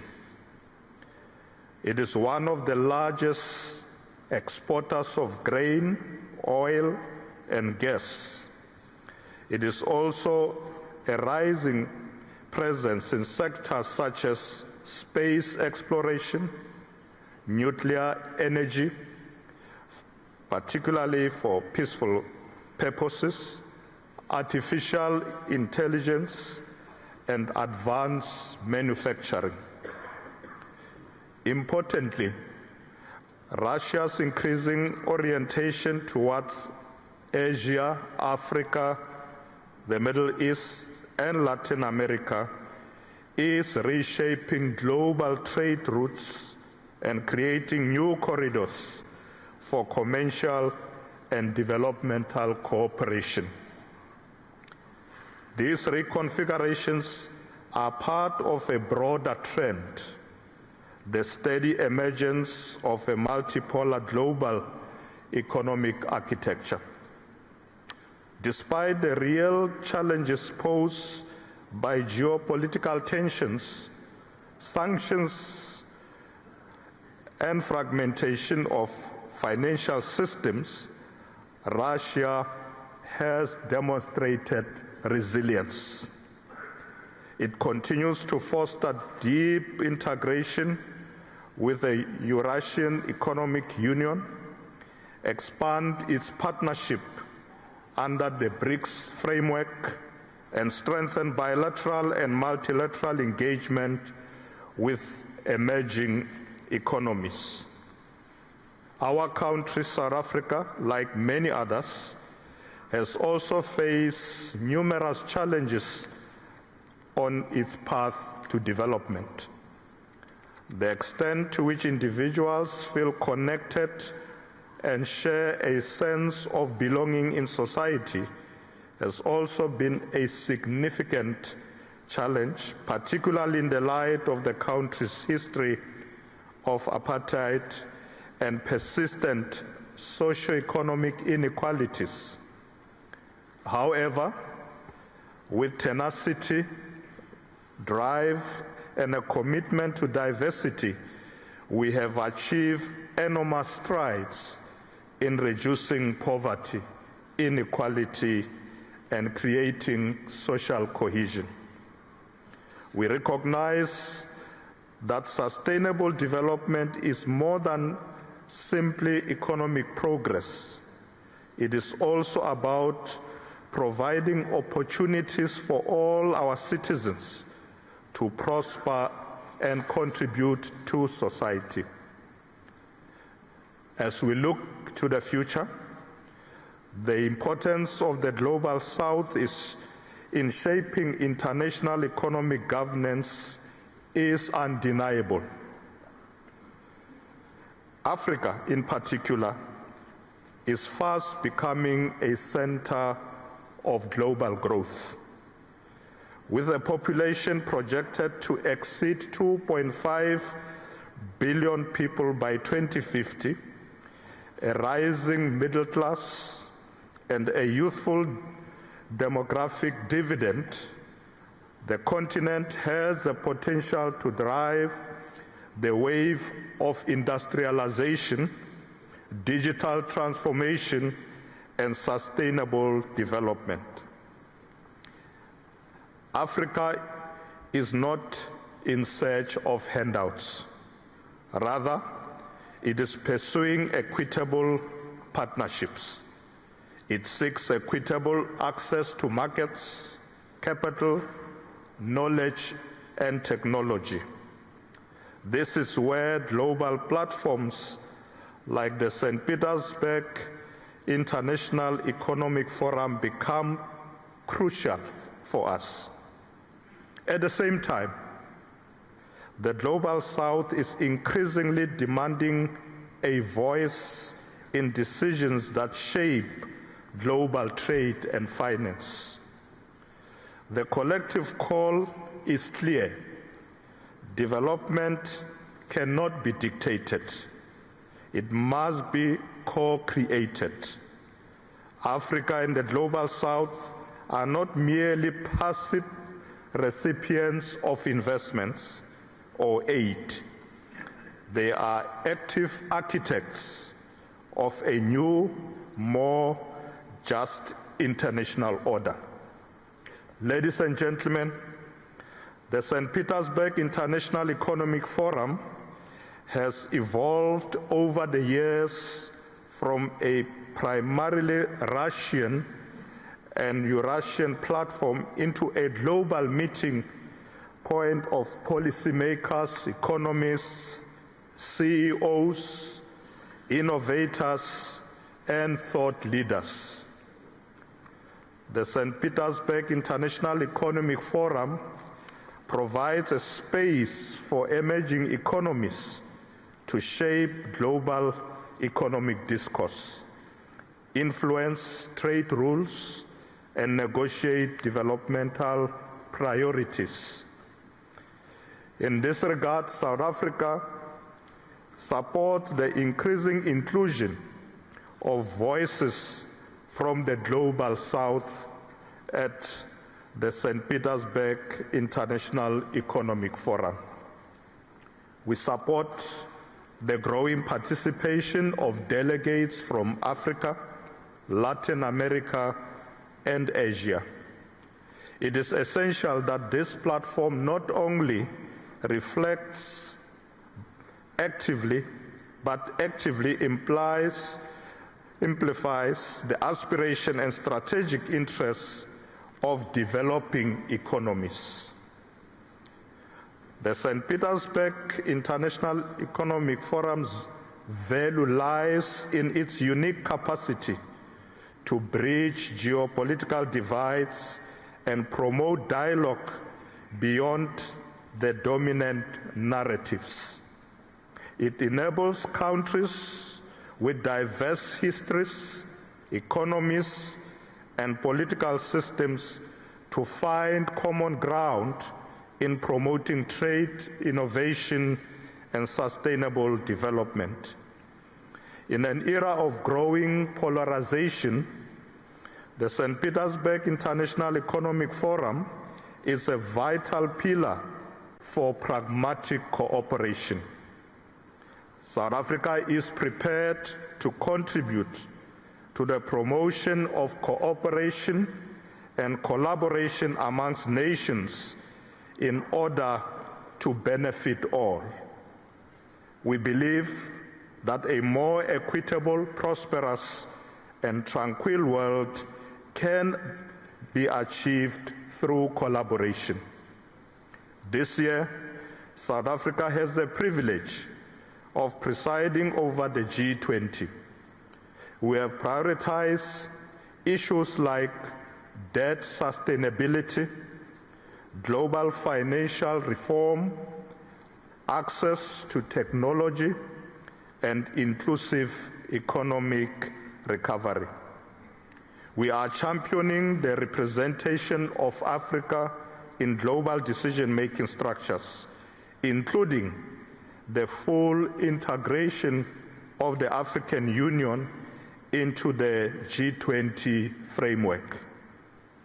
We are also working to ensure that global economic policy aligns with the goals of Africa's Agenda 2063, the African Union's blueprint for inclusive growth and sustainable development. It promotes industrialization, connectivity, regional integration, and the African continental free trade area. We offer a compelling value proposition to global investors and partners. We regard ourselves as a gateway to Africa, rooted in a democratic governance, a robust financial system, and world-class infrastructure. Our institutions are strong, Our people are resilient and our vision is clear. We aim to be a center of innovation, inclusive industrialization, and green growth. Moreover, South Africa brings to the table decades of multilateral experience, a commitment to peace building and development cooperation, and a bridge building role between advanced and emerging economies. We do not merely seek partnerships, we offer solutions grounded in African realities and global aspirations.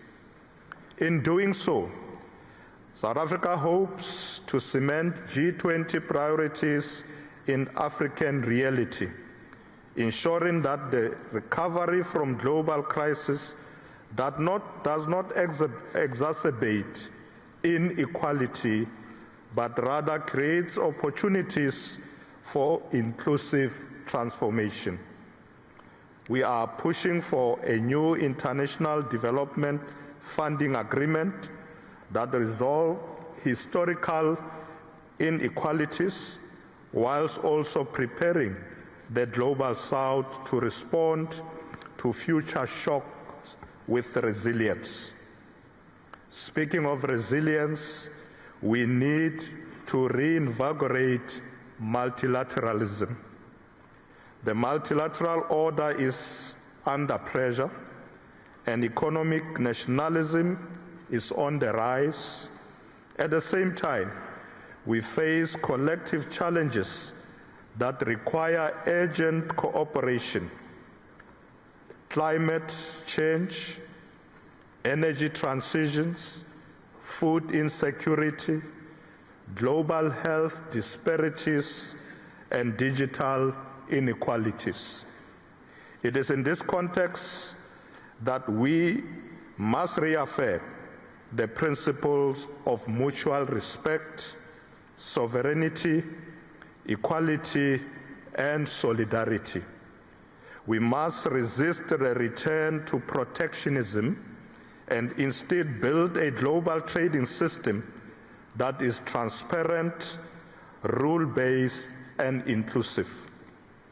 Developing economies must have greater representation in global standing-setting institutions.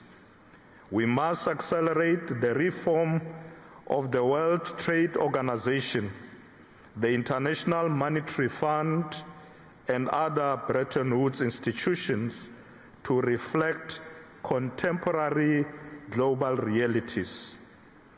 Through strengthening multipolarity, we are able to harness the collective power of our nations to construct a future that is more sustainable for future generations.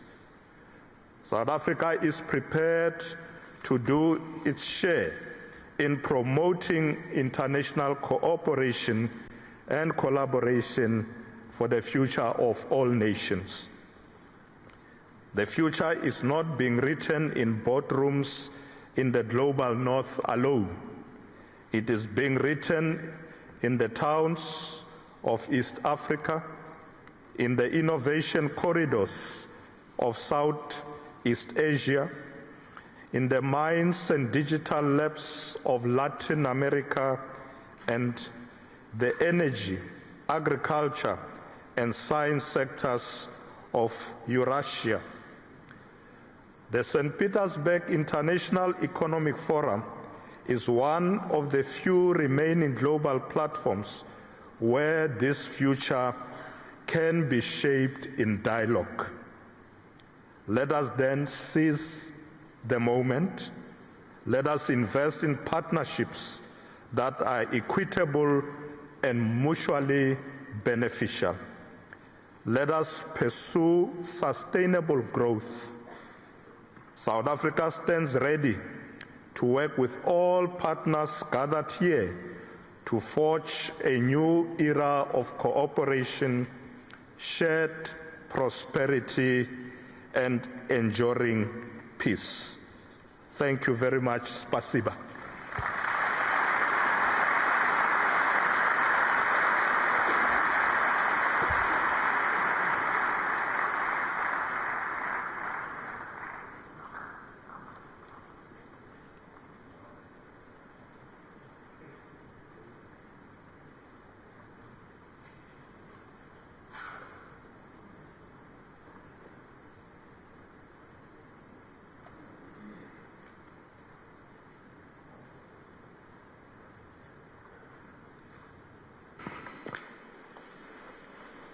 Thank you so much for the heavily loaded speeches that will only make my mission more difficult.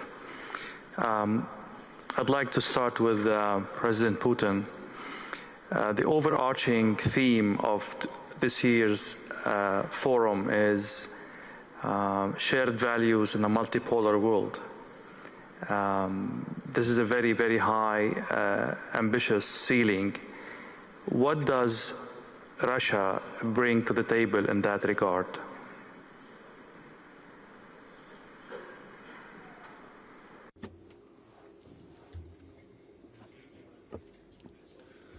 In fact, I tried to bring this across in my intervention. I think whatever Russia is doing is aimed to bring together the efforts of all our partners or our friends, all those who were willing to work with Russia to address those global civilizational tasks.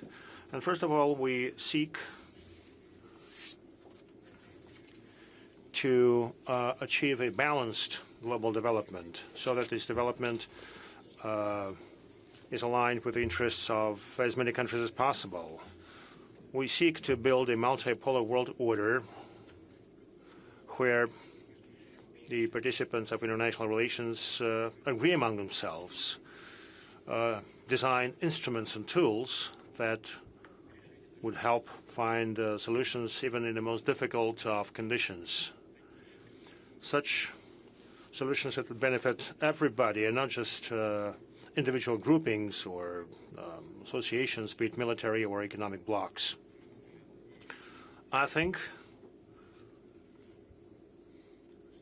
that today's meeting, today's event, that, as is known as arranged by Russia, it aims to achieve this.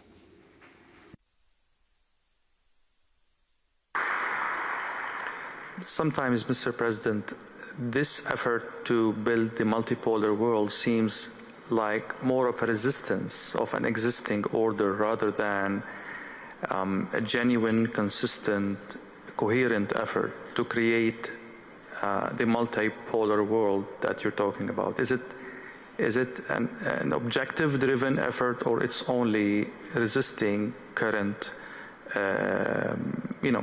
unfavorable kind of order?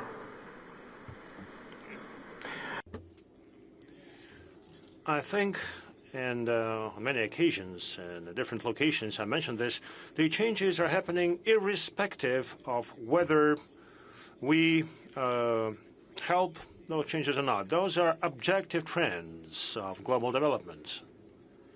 You know, in my speech, and on many other occasions, including here at the St. Petersburg Economic Forum last year, I mentioned that the changes in the world are happening, and those are fundamental changes. They are due to the fact that new economic leaders emerge. Just look at what's happened over the past years. Look at how the share of the so-called G7 was shrinking in the global economy. It is shrinking every year. And look at how the share of the countries that got together in the BRICS has been growing. Again, this is an objective process. And it has nothing to do with any clashes or military conflicts. No. It's been on for decades. And when we're told, look, you, in Russia, you implemented this pivot to the global south, to Asia. Oh, no. Those decisions had long been taken because we considered the trends of the global development. And again, those are objective trends. Our colleague from South Africa just spoke. 2.5 billion people in Africa. And again, this is a medical fact. This is what's going to happen, and there is no stopping it. All those nations, all those continents, all those peoples would seek to improve their standards of living. And definitely they would try to enhance their economic and humanitarian capabilities. And again, those are inevitable things that are happening in our civilization. Our task is to make this process, this inevitable process, a civilized shape. And altogether, we should take efforts that not only would accelerate those processes, but make those processes balanced, so that the decisions are made on a timely basis, and the decisions are most effective and would benefit all the participants of the process, including the countries that, one way or another, are somehow losing their positions in the global economy. Look, we want to agree with them. We are ready to agree with them if they want to. However, if they want to maintain their monopoly at all costs, if they want to keep the instruments of colonial influence in the world, well, they will have to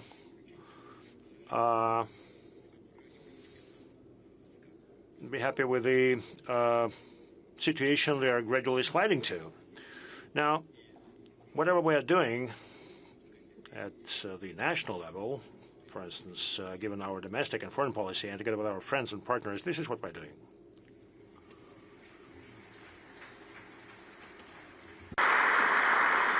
And obviously they have the tools to cripple this endeavor that you just summarized, Mr. President. So I would ask President Prabowo of Indonesia. Indonesia has always walked a fine line, has always, as you mentioned in your speech, been a non-aligned state. But as the world becomes more and more complicated, can Asian countries, ASEAN countries, stay non-aligned, or this is more and more not an option, or a very, very narrow option as we go forward? Thank you. I think, in my opinion, it's not easy, but it's a line that we are determined to maintain. As I said, we respect all the great powers, we respect our neighbors, and we really believe that the only way for prosperity is collaboration, cooperation, and peaceful coexistence. And this is what we try to achieve. So we want to maintain good relations, and we try to convince all parties that the only way forward in this planet is getting smaller. We cannot afford rivalry that is going nowhere. That can only, especially if it goes into confrontation. So no, I'm convinced that we have to maintain this path of non-alignment. Mr. Vice Premier of China, China and Russia are building with others this new order in the world. But if you look last year, things started to ease up between Moscow and Washington. There is more dialogue between President Donald Trump and President Putin. Is this a source of concern for you in China? And how do you see the developing relationships between the leading powers in the world?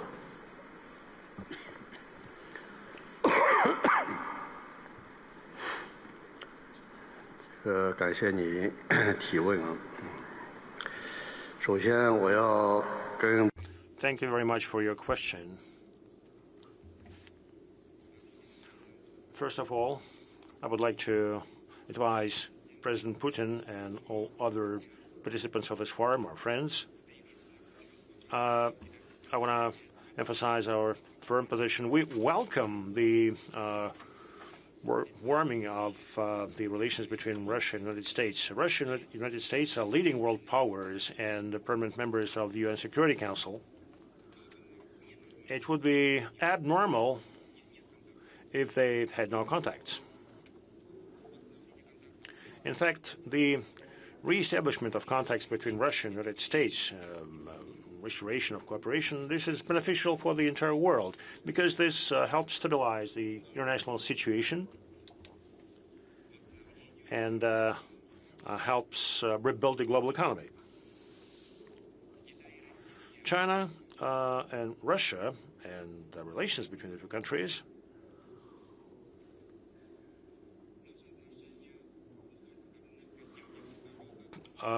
in fact, have very deep roots. We are neighbors. We're largest neighbors, and friendly cooperation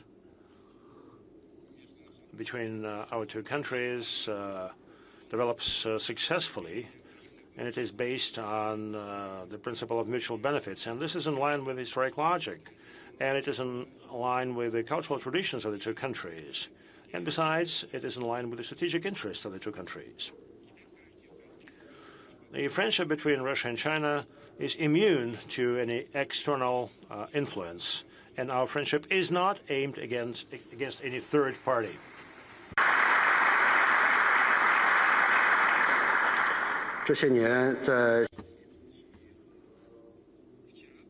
Yesterday, President Xi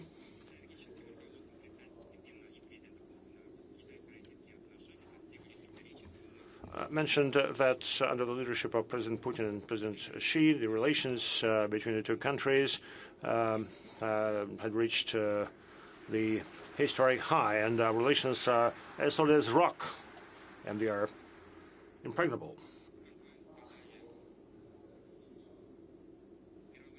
As you said, global powers have a lot of influence on the global world order. And they play a most important role in upholding the world order. On many international fora, President Xi urged the global powers to behave. The way I understand it, that global powers must live up to their international commitments. They should preserve the UN-centered global order, and they should follow the principle of sovereign equality of states irrespective of the size of those states. And they also should uphold the international justice and equality. They should discard hypocrisy, and they should help maintain openness in this world. China is a responsible global power that serves as a stabilizing factor despite the global shocks. We are ready to cooperate with many countries and assist in achieving prosperity globally. That would be my response.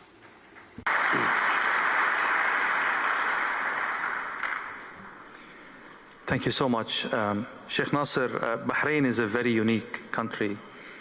You have very good, exceptional relations with Washington, yet you are here today representing your country and His Majesty as a guest of honor in St. Petersburg Forum. This is a very unique feature. It aligns with, those who know Bahrain would say this will align with the history of Bahrain as a trade hub, as a political bridge. But how are you maneuvering and navigating a more and more polar world with the set of skills and experiences you have in the realm of bridging between East and West? Well, you have mentioned briefly about history, and let me take you back nearly 5,000 years ago, the job of Bahrain, where it maintained the relations between East and West. So I believe Bahrain, in its geographic position in the region and in service to the world, we have no choice but to be the arms and the bridges between the East and the West. We have no choice, rather, to follow our wise leadership, not just in Bahrain, but in the GCC in total, where we all share a new state of mind. It is what's so-called the single-issue alliance. Meaning by single-issue alliance is I do not get my nation, we do not get our region sucked into wars. I might agree with you in 10 points, but disagree in 8 or vice versa. So we take every point into verticals and we discuss. And most important is how do we build on this relation? How do we maintain our relations? How do we seek to a better future? I'd always say our past is not better than our present, but I'm sure our future should be better than our present. So this is what we are doing. We have seen great leadership here with His Excellency, the President Vladimir Putin, where he showed a stable, long-lasting, enduring vision. Where does he want to take his country and move forward? We do the same. We always say that. We plan for the next generations.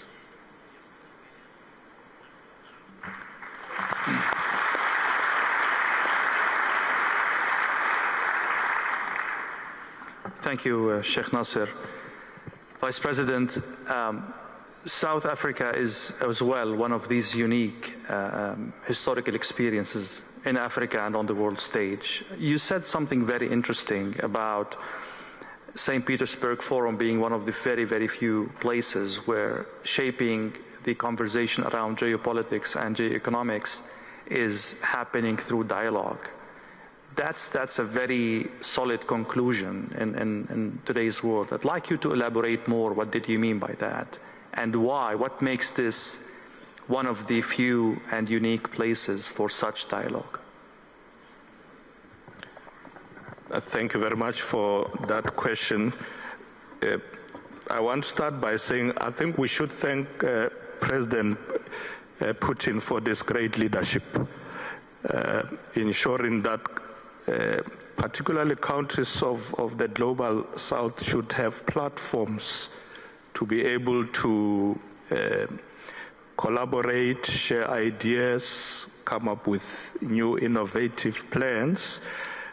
As I said earlier, that in South Africa we've taken a position that we should not continue to go to others for handouts. We should not be queuing for aid, but we should focus on development. And that countries of the global south can do it. We can see it. We are developing. We are getting stronger.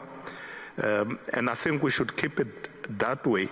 So that's why I was saying that the St. Petersburg International Economic Forum is a great platform.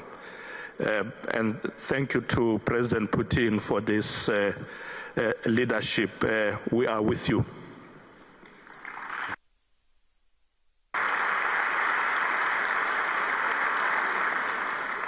Let me bring the conversation from values to closer to the conflict areas in the world.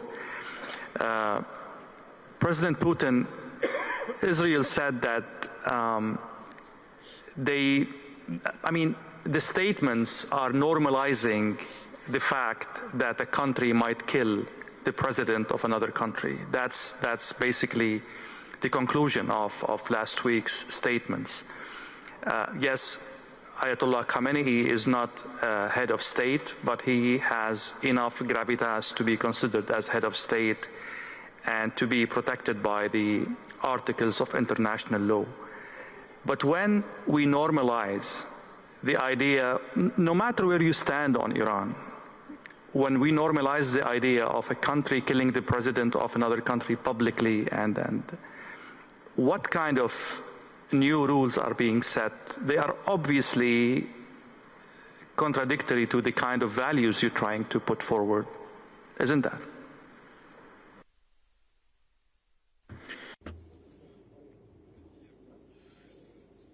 Well, you know, I was listening to my colleagues speak.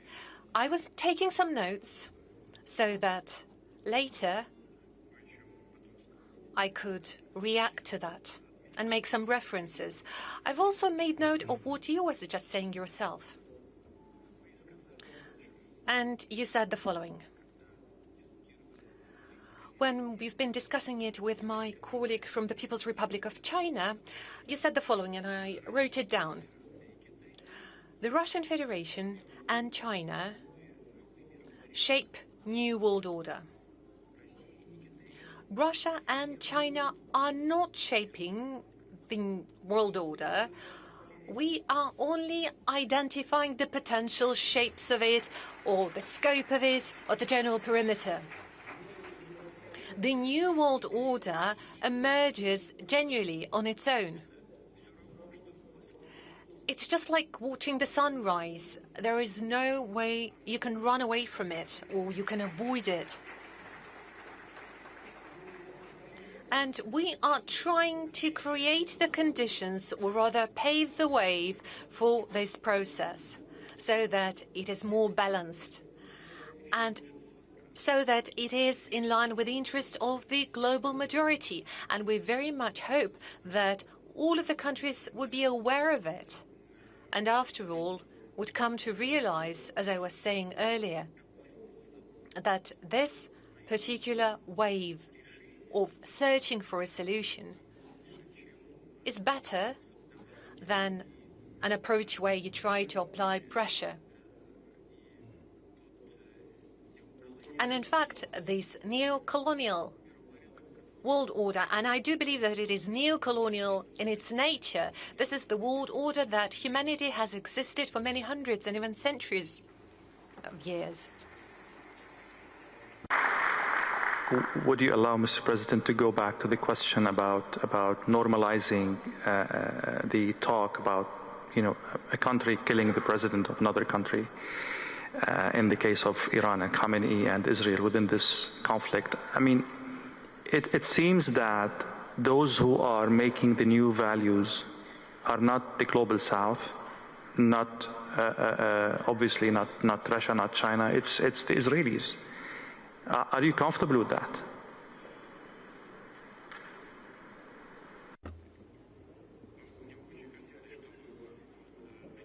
Well, I really would like the statements that you just cited to stay rhetoric, but can you please be more specific? What exactly do you mean in terms of Israel? I mean, the new values now is that one country is setting the rules for another country that who has or doesn't have enrichment, for example. One country is threatening to kill the president or the head of that country. Are these values defendable in any way?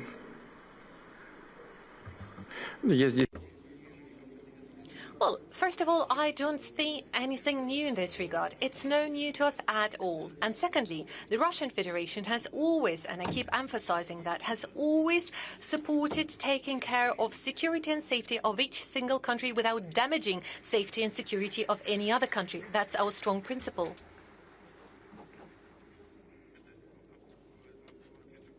So my response is that in general, it may sound as a generic answer, but I promise this is a very practical approach executed by Russia.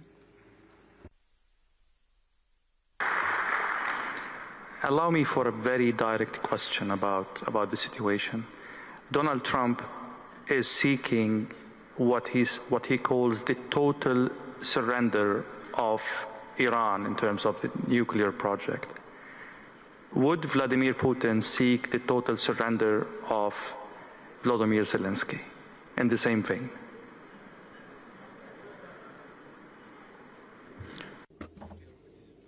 First of all, it's not the same thing. It is a very different situation. And secondly, we are not aiming for unconditional surrender by Ukraine. We insist that Ukraine recognizes realities that we have on the ground.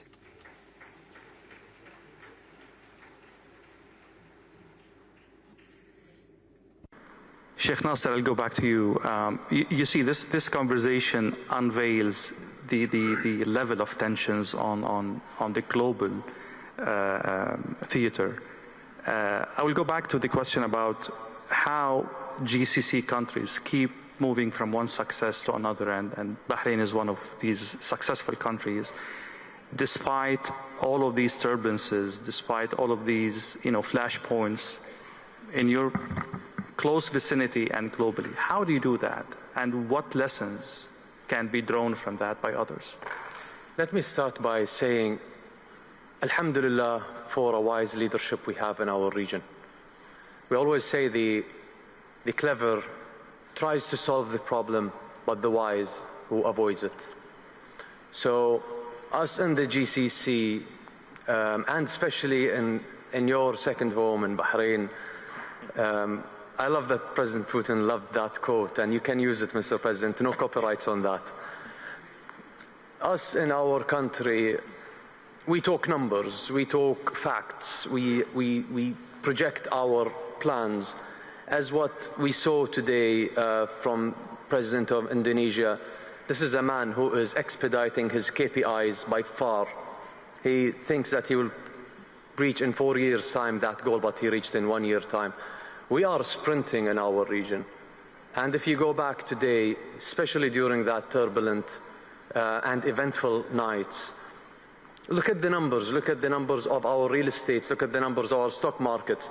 There is a lot of confidence from the people, from the investors, with our leaderships over there. Today in that beautiful city, I sat with the top chairmen and CEOs of your top companies in Russia, and we exchanged the same vision, we exchanged the same purpose and the same spirit during these conflicts.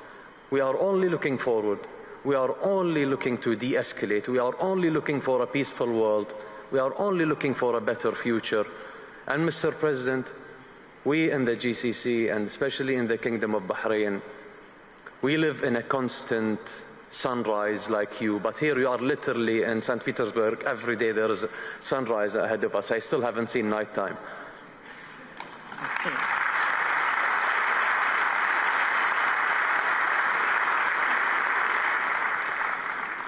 Mr. Vice President, as I mentioned earlier, the South Korea has a very unique position in history in terms of how it evolved, in terms of how it fixed its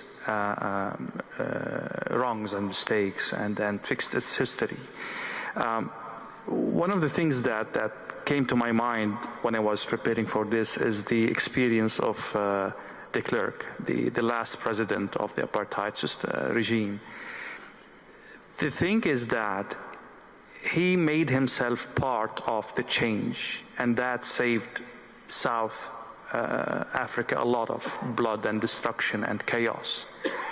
What lesson can be drawn from this history when a regime or a state or an idea hits a wall? How can you advise these states or these regimes to change the same way South Africa changed? Well, de Klerk is not a good example because he was defeated. He was forced to come to the table by the masses of our people. He didn't come voluntarily. What we are saying that leaders must recognize that we can resolve our differences through peaceful means, but there are those who need to be dragged to there. And I think the example of de Klerk is quite that. He was dragged to the negotiating table by the masses of our people. And we were quite happy once he came. He had no option. He had to participate. He did try to portray himself like he's Nelson Mandela. He's not. He was dragged there by Nelson Mandela to say, we are going to negotiate peace. And we want to continue to share this example with other countries. We are quite involved now in the African continent, engaging in peaceful negotiations in the South Sudan, in the DRC, and other places. So, yes, there is indeed value in negotiating, in discussions, but there are situations where the masses have to stand up and they have to fight for their rights. And that's what we did in South Africa.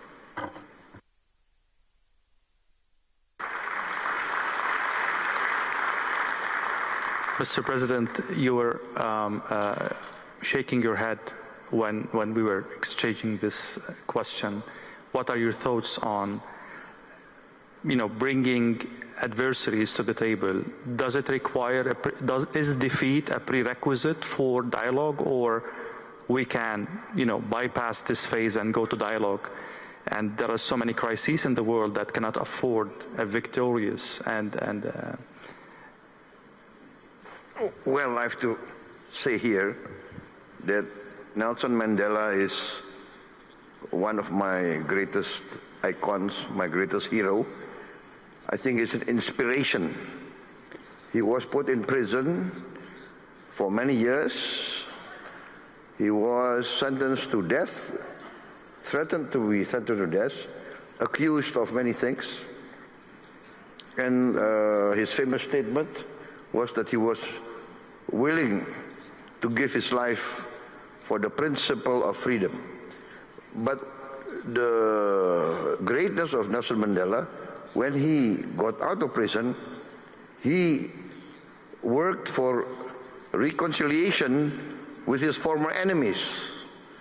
So this is the greatness of Nelson Mandela, and this I try also to carry out in my domestic politics. I reconciled with many of my former opponents. For instance, we had a very long rebellion, separatist rebellion in Aceh, very long. I think more than nearly 30 years. But can you imagine that the former commander of the Aceh Liberation Army, fighting against us for 25 years more, now he joined my party. He's in my political party. And he's now governor of Aceh, and I'm president of Indonesia. This shows that former enemies can come together. And I think this is the lesson of Nelson Mandela. I want to say I was a former soldier.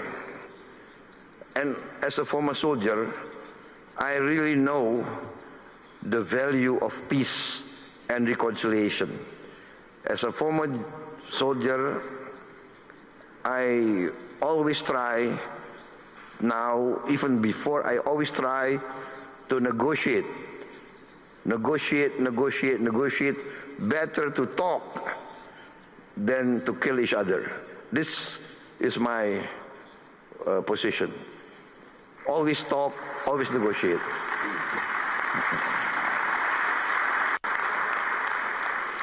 President Putin, on a more practical question concerning the crisis in the Middle East. Now, we will talk about Ukraine in a while. But the current crisis, it touches on geopolitics, energy, and it has repercussions that go beyond the parties involved in the struggle. Is it a test for how the South can play a role in, mending the fences between both countries, in putting some good imagination around the solution, architecting a solution that can be acceptable by two parties that are fighting, head to head? Is this a test for what you are proposing and trying to create as political weight for the South?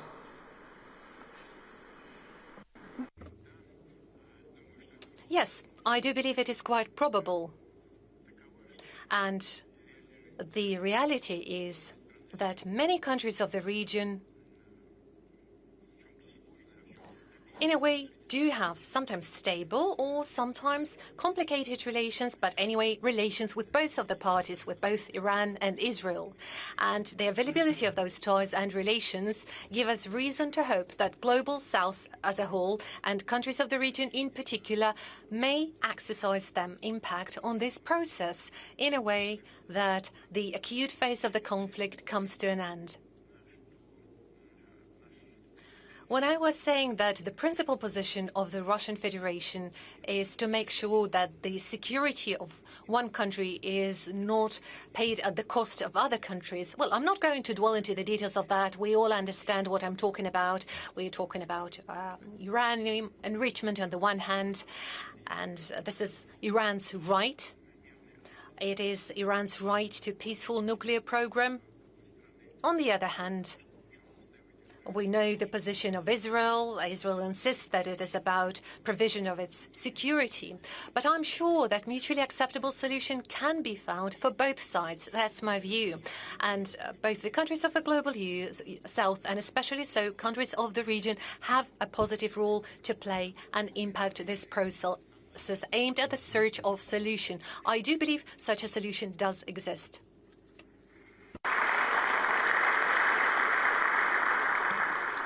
Actually, today, the Russian ambassador at the UN said that the only way forward is a political solution for the nuclear file between Iran and the Israelis. Is there any preliminary points about this solution, or we're still too far from that?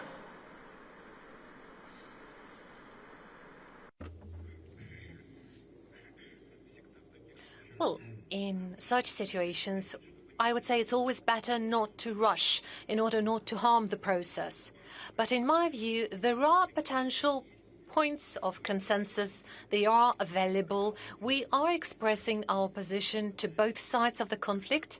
As you know, we are in touch with Israel. We're in touch with our Iranian friends. We do have some proposals, including our potential participation, but I'd like to pay your attention that by no means are we trying to act as a mediator. No, we are simply expressing ideas. We're making suggestions. And should those ideas seem attractive to both sides, we would only be happy. But I'd like to reiterate that we are in touch with Israel. As you know, just a while ago, I had a conversation with Prime Minister Netanyahu.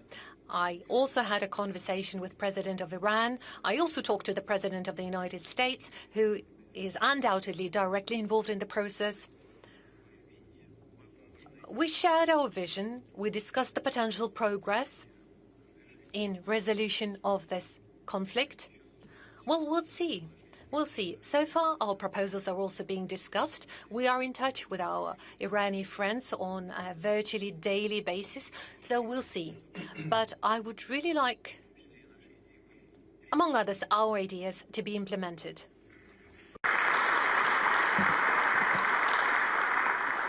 Sheikh Nasser, during the King's visit to Moscow, he explicitly talked about the role of Russia in maintaining peace in the Middle East. It was an initiative His Majesty put forward during the Arab Summit in Bahrain, in Manama. And he was very particular about the role of Russia in achieving that peace as a pivotal role.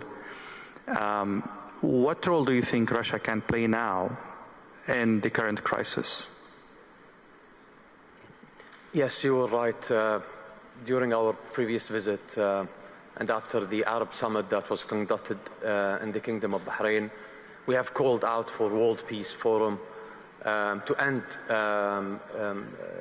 and to reach to a solution with every conflict.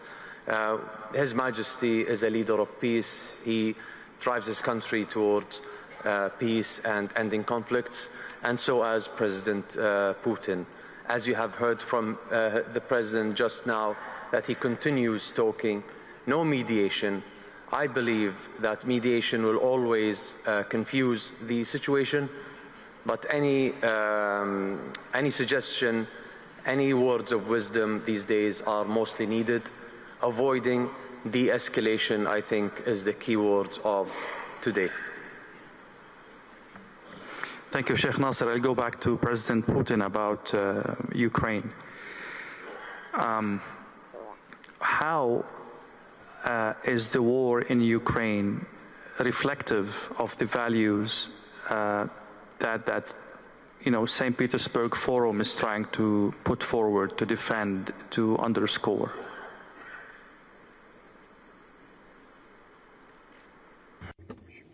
Very easily. Directly, in fact, there is a direct relation to what I've been talking about. I said that security of one country cannot be ensured at the expense of security of other country. And since the beginning of the 1990s, and for decades, we've been hearing that there would be no NATO's expansion to the east, and we've had 5 or 6 rounds of expansion. Despite all our calls not to do this, those were ignored, and definitely those are rudiments of the old, if not to say ancient, neocolonial policy, well, upgraded, of course, given the current context, but nonetheless, this is the action from the position of power. Those are the actions that do not take into account the interests of Russia. As to Ukraine, again, this is action from the position of power, whatever was happening there. It is a bloody anti-constitutional coup that happened in Ukraine. And again, this is acting from the position of power. In previous U.S. administration directly stated that they spent billions of dollars to support the coup. Well, obviously, it was not mentioned in public, but still. And our action aimed at protecting a part of the population that considered that it had cultural and historic ties with the Russian people. I'm referring to the people living in the Crimea. And then there were some attempts on our part to resolve the situation in the southeast of Ukraine, in Donetsk and Luhansk. We made these efforts, but again, our, in this case, ideological opponents, as I could label them, attempted to act from a position of force. They started military operations in Lugansk and Donbass. It was not us who started the military operations. And after the coup, the part of the Ukrainian population rejected the outcomes of the coup and rejected the those who made this coup happen. Well, they became targets of the military operations. We attempted to address the situation in a peaceful manner to somehow mend the situation, but our partners, quote unquote, well, it turned out that they started this whole coup just to pump up Ukraine with weapons and to continue combat. In the end, this forced us to recognize independence of the two republics. Look, it took us 8 years to do this. We tried to negotiate, but we were forced to recognize their independence, and then we started supporting them, including providing military support to put an end to the war unleashed by our opponents in the West. And those who they lean upon in Ukraine, those are neo-Nazis and ultra-nationalists. So whatever that is linked to this tragedy unfolding in Ukraine is not an outcome of our action. This is an outcome of the action of those who are not ready to embrace the global changes happening in the world.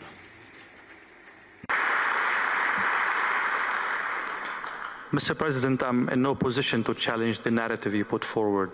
Let's say this is the baseline of what the reality is. Let's assume this is the reality. Your army is advancing beyond the 4 areas that are considered Russian by Moscow. So what's your end game? How deep is your army going to go, and for what effect? You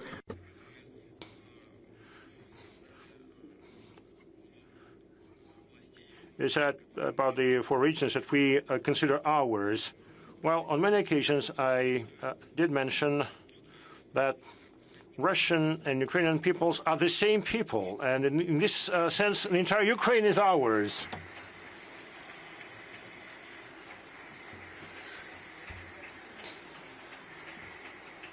But look, we look at the realities on the ground, and obviously there are people, there are many of such people in a neighboring country who seek sovereignty and independence, and I wish them all the best. I mean, we never, ever challenged their right, the right of the Ukrainian people to independence and sovereignty. Having said that, the grounds on which Ukraine became independent and sovereign were spelled out in the Declaration on Independence of 1991. And it stated very clearly that Ukraine is a non-nuclear neutral state and not party of any blocs. I think it would be good to get back to those core values based on which Ukraine obtained its sovereignty and independence. Second, from the very beginning, when the conflict became really hot, we suggested to the Ukrainian leadership to cease all the conflicts. We suggested that we withdraw our troops from the territories, and they withdraw their troops from the territories where people are not ready to embrace the new regime and they want to live independently or become part of the Russian Federation. They said no. And again, those are not political decisions. And now the logic of combat comes into play. The military look at where they can better advance, where they can channel their troops to achieve the best outcomes with the lowest possible casualties. And this is how troops advance. You know, we have an old saying, or story, or rule rather, whenever the boot of Russian soldier stands, it becomes ours.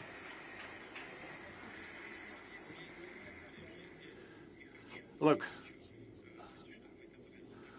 I would hate the statement to be over-militaristic or be viewed as over-militaristic, but at every single stage of the unfolding process, and I stress this just for you to understand, and this is truth. I mean, at every single stage of the unfolding process, we suggested to those with whom we were in contact in Ukraine, we suggested to stop. We suggested that we should negotiate, because this purely military logic may result in a situation when the whole thing would aggravate, and we will have to negotiate starting from worst positions. And this happened several times. I would not go into detail now. And the witnesses to our suggestions, are active politicians from other countries, and thanks God they are alive and healthy. But whenever we suggested something, they would go from Moscow to Kiev and then would tell us, look, they tell us that we are agents of the Kremlin and we wash our hands. We won't deal with this. So each time we heard no, no, no. And we said time and again, let's do it, let's negotiate. It's going to be worse for you. No. Why? Well, because those who are guided by old neo-colonial principles, including and primarily Europe, they thought that they would crush Russia, would destroy Russia, and would feast on it. That's exactly why, and I'm confident, that's exactly why former Prime Minister Mr. Johnson, and I think this happened due to suggestions by the former U.S. administration, Biden's administration, came to Ukraine and suggested that they should not reach an agreement with Russia. But the agreement was on the table. during the Istanbul negotiations. We reached a consensus on almost all issues, and we had just to finalize the document. We had just to meet with the head of the regime at that time and put an end to this process. But now, Mr. Johnson came and, with the support of the Lithuanian U.S. administration, came and he talked Ukraine out of signing the agreements, trying to achieve a strategic defeat of Russia in the battlefield. Well, in the end, new territories found themselves under our control. The Russian army advances every day along the whole edge of the battle area. Look, they incurred into the Kursk region. Well, they lost 76,000 troops there. It's a catastrophe. It's a disaster. 76,000. In the end, we drove them out from that region, but they started to create threats for us along the whole border with Ukraine in two neighboring regions. You know, they lack personnel, and now we have to create a security zone along the border. And they divert their troops there, the troops that they are lacking in other areas. 47% is the current staffing level of their combat units. In fact, they lose their combat worthiness. With their own hands, they extended the battle lines for another 2,000 kilometers. And as I said, they started to create threats for us along our border and another 1,600 kilometers. You know, they spread their troops thinly. From the military standpoint, it's silly, it's stupidity. They create problems of their own, and we have to respond somehow. You said that there are some other territories. Yes, of course. Look at the national border. As I said, they incurred into the Kursk region, and they committed a lot of crimes there, including crimes against the civilian population. And we kicked them out with significant losses, and now we have to create security areas along the borders because they keep attacking from there. They use artillery, they use UAVs. The security zone.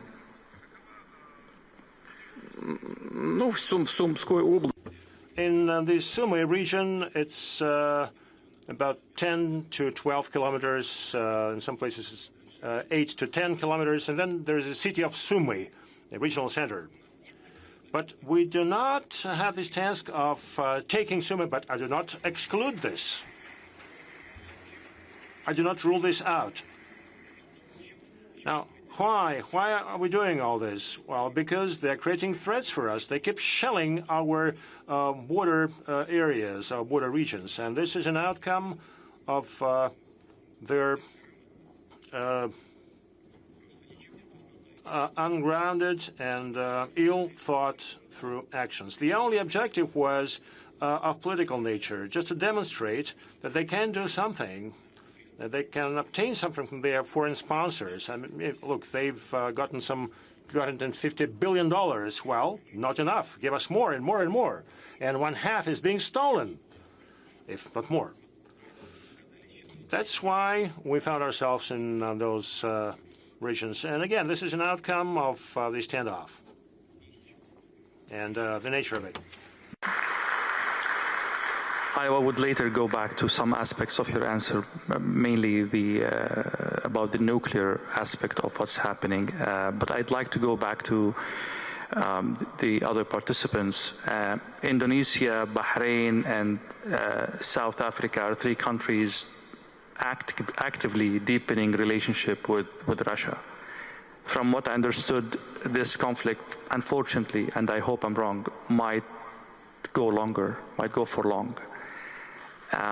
How are you planning to mitigate the fallout of this conflict in terms of secondary sanctions, in terms of political reputation in the world, in terms of pressure coming from your other allies? This is a very, very complicated situation you don't want to be in any way, but that's reality. I will start with you, Mr. President.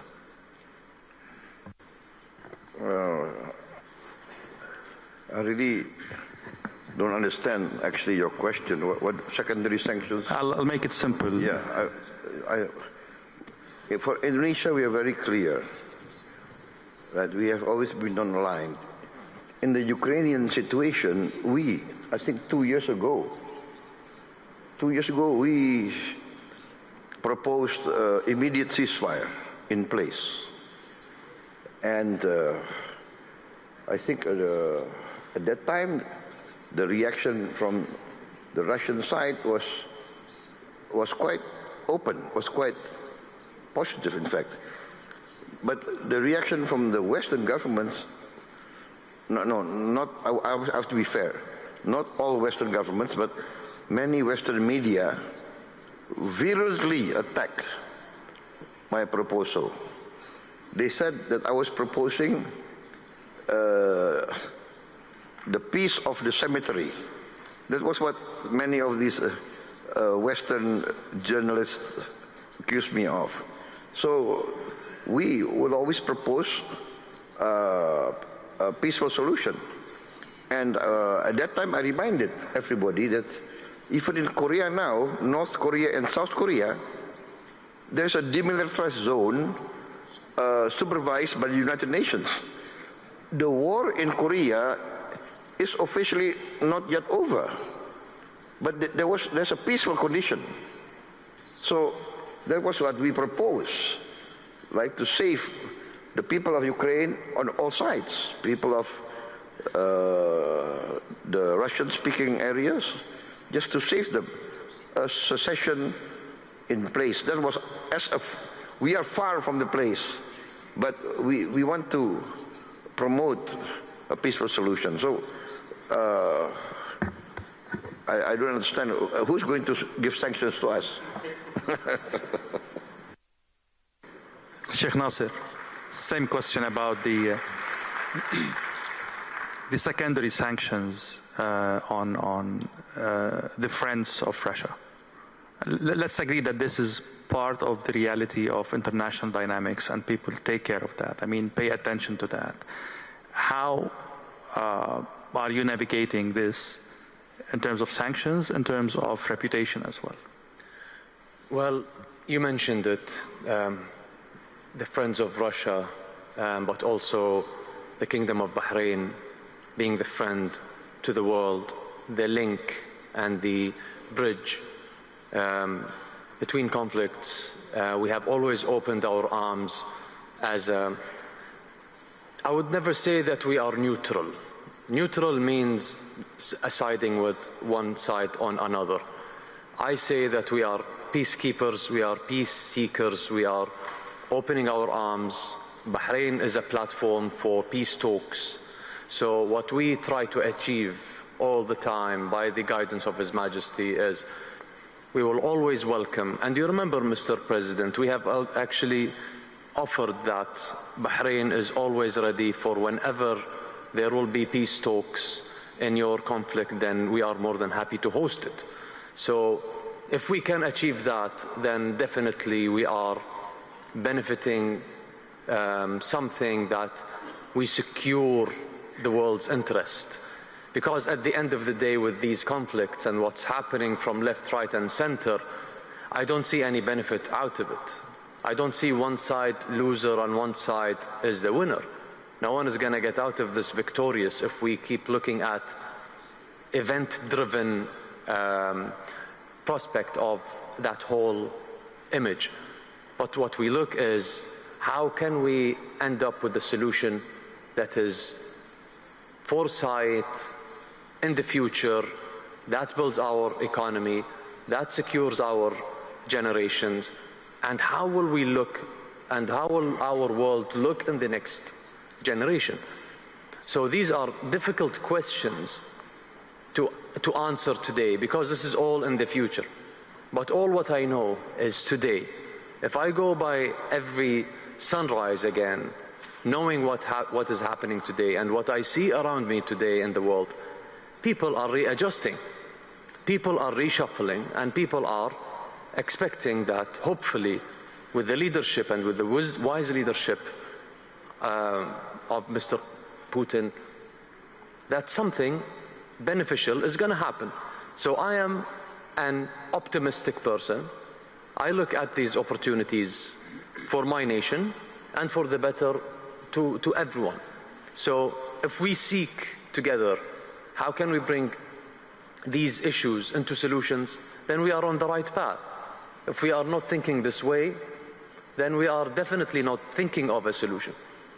So at the end of the day, let's not get deep into these issues, but let's think forward and let's readjust our posture of today, and then this will shape our future together forward. So this is our navigating track, I think. Excellent. Mr. Vice President, the same question for you.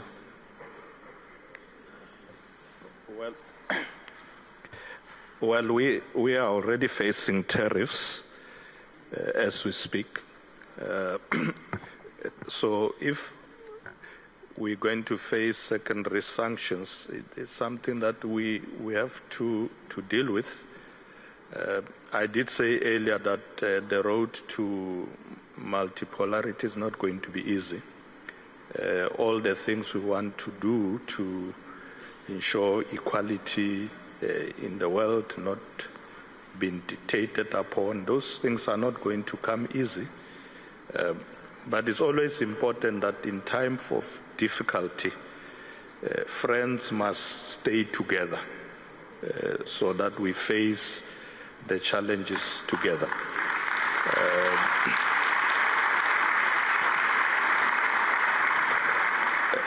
And I want to recall here the famous words of our former President Nelson Mandela in time of difficulties when others tried to say, why do you go to this country and this country? And he said, we are not going to be dictated upon who our friends should be. We choose our friends. We work with our friends even in times of difficulty. So the countries of the Global South must work together. We are already working together. We will face this challenge together, and I'm sure we'll succeed.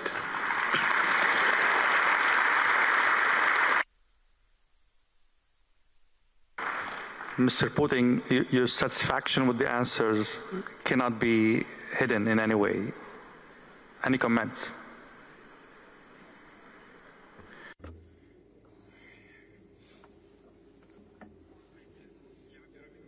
Well, first of all, I never doubted that that would be the answers. And it's not just that somebody is trying to harm someone or that someone is trying to tell others something good and nice and pleasant. No, it's not about that. And that brings us to the very beginning of our discussion, when I was saying that global changes happen organically, just like the sunrise. And that's what it's all about. You were saying yourself, Russia and China are shaping the new world order. Well, we are not trying to break or destroy anything to build the new. We are not causing any difficulties to anyone. And our colleague from China was just saying that friendship between Russia and China is not against anyone, any other country. And that's the truth. We are simply giving shape to the things that evolve naturally in the world. And they are going to evolve anyway. But bending your knees under the pressure of someone who is trying to preserve the outdated rules means staying behind and overcoming all the challenges, any kind of challenges, be that tariff wars or sanctions. Overcoming those challenges means moving ahead. And we are friends, we are partners with those countries who are willing to move ahead. And those who are ready for it, those who are ready to accept this challenge.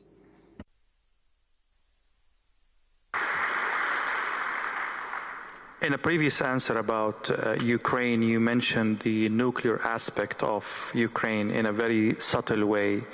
To be honest, I've read some reports, most of them are in Russian media, that there is an assumption that Ukraine might opt for using a dirty bomb against Russia. Do you take these reports seriously? Do you have intelligence that support this kind of probability?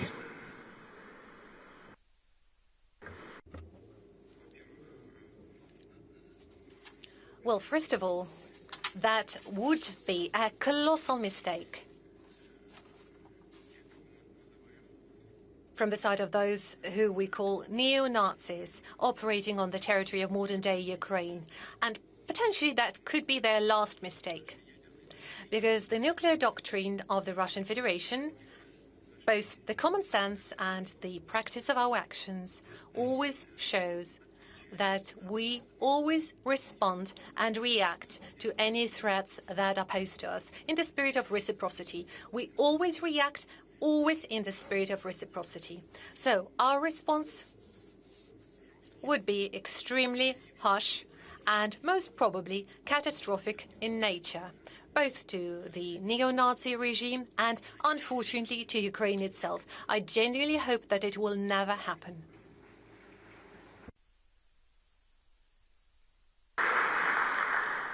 From the tone of your answer, I can conclude that you take these reports seriously. Is there evidence supporting these reports, like intelligence, evidence?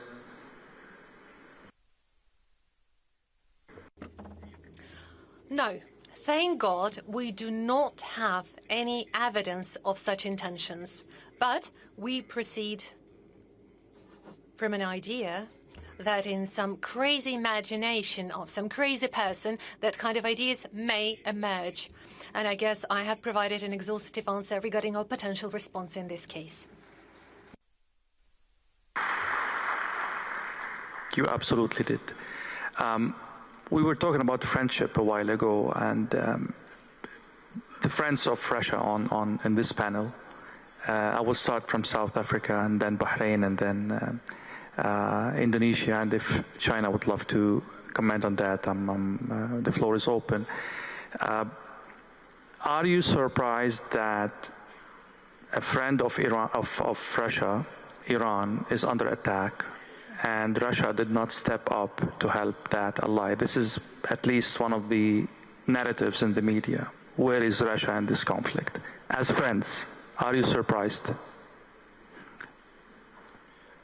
Well, President Putin has already indicated that he has been in discussions with Israel, also in discussion with Iran on these matters, offered solutions. We think that's the correct way to do it. So we're not surprised. In fact, we support that approach that he is taking.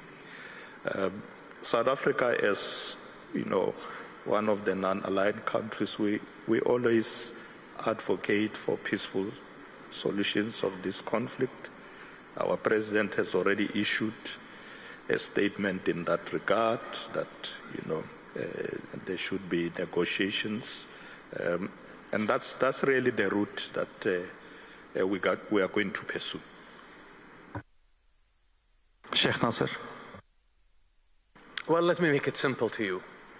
I like making things nice and simple. To prove friendship, if I can make a Russian laugh right now, then I'm a good friend of Russia. I hear one over there that laughed, so that's more than enough. Mr. President, before I go back to you, Mr. Putin, on that question, please. Okay. My position is this, is the logical position, that each country is responsible and will defend its own national interest. So, being friends is being friends, trying to cooperate trying to help each other. But being friends does not mean that every country must give their national interest to another country's national interest. So it will be the decision of every country to defend and protect its national interest. That is my position. President Putin, you're taking some notes on that, and I would add one aspect, if you allow me. Well, I'm taking notes of everything. We record everything. Don't worry about that. Don't even doubt it. I can assure you that every single step taken is well taken note of. Am I in trouble?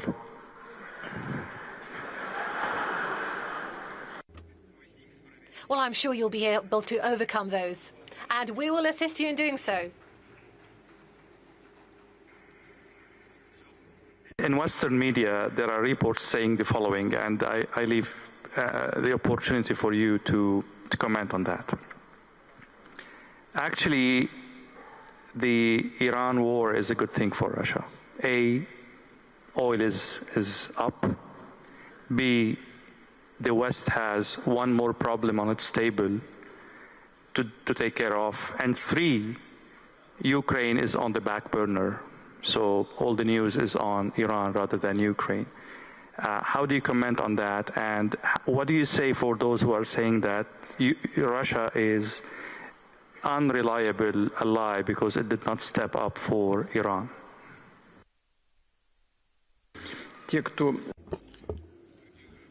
Those who promote such narrative about Russia not being a reliable ally are provocateurs. They provoke the situation, and this won't help them. They won't reach their goals. Every conflict is alike any other conflict just on the surface. But as the former Minister of Defense rightfully stated, and the theoretician on military conflicts and military operations, my distinguished colleague, President of Indonesia. By the way, we published his book in Russian on military art. You know, every single country has its own responsibility for what's happening with it. Now, about Russia being reliable or non-reliable as an ally. We've heard that we are supposed to show some solidarity, and this is very true. But each conflict is unique. Let me emphasize that Israel has more than 2 million people who came from the former Soviet Union or Russia. In fact, Israel is almost a Russian-speaking country today. And clearly, in our most recent history, we factor this in. Now, traditionally, we've had very good, friendly, and trust-based relations with the Arab world and Islamic world, because about 15% of the population of Russia are Muslims. So Russia is an observer in the Islamic Cooperation Organization. It's another important factor. We have to consider both factors. Now, we have established some friendly relations with Iran. And in this connection, we always fulfill all our obligations. And the same is happening in terms of relations between Russia and Iran. We support Iran in its struggle for its legitimate interests, including the interests with respect to peaceful uses of the atomic energy. And this has always been our position. This is our principled position, including in this conflict. It has never changed. And those who claim that we should have done more, well, what more? You know, starting some military operations or what? I mean, we already engage in military operations against those who we consider to be opponents of the ideas and concepts we promote.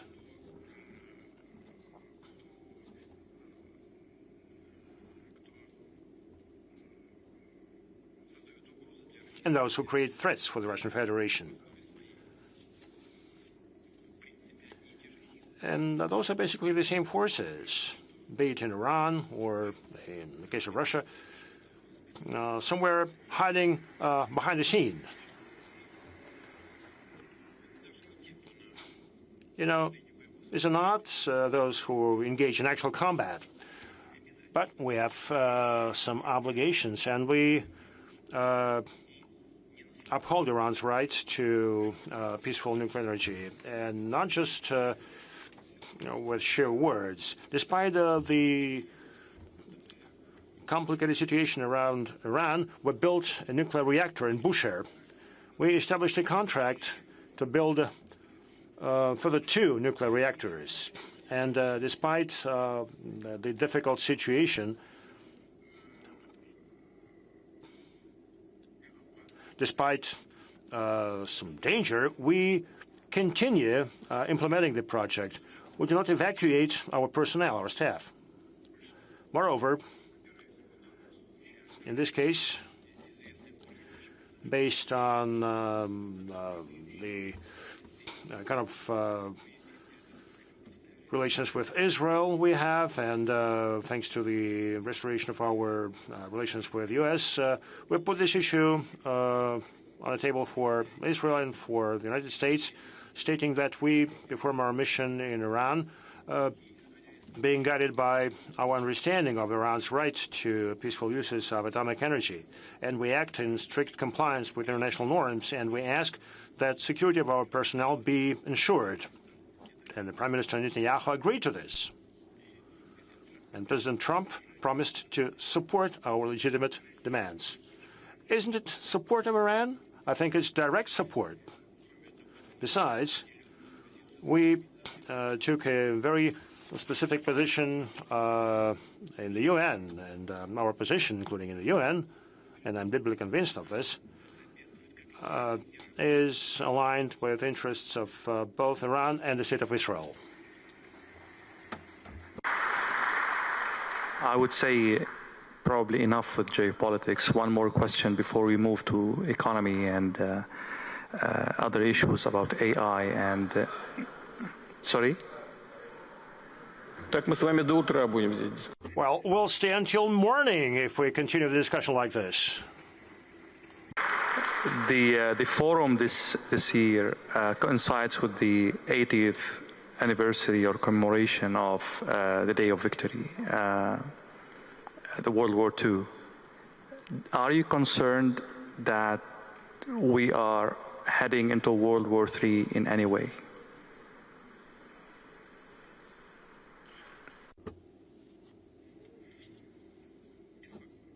It does concern me.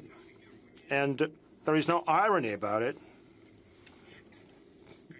This is no joking. A lot of conflict potential is out there, and it's growing.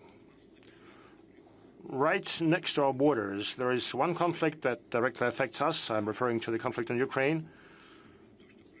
Now, see what's happening in the Middle East. And clearly, we're very much concerned with what's happening around nuclear facilities of Iran. We're very much concerned with the possible implications and outcomes. And definitely, this requires not only very much attention on our part, but also we need to seek solutions to those situations and peaceful solutions along all these lines. And again, I'm very candid here, and that's why we're here, by the way. Vice Premier, back to you. We'll talk more about economic endeavors now. It concerns you more than anything else, as we agreed before this panel. Sanctions are not only in the realm of politics or military, or it's some countries are even militarizing education, militarizing technology, innovation research. And this is a big worry for China, or this is a challenge that China takes very seriously. How are you mitigating that through the relationship with Russia and in the realm of your own sovereignty and your own decisions, with other allies, I mean.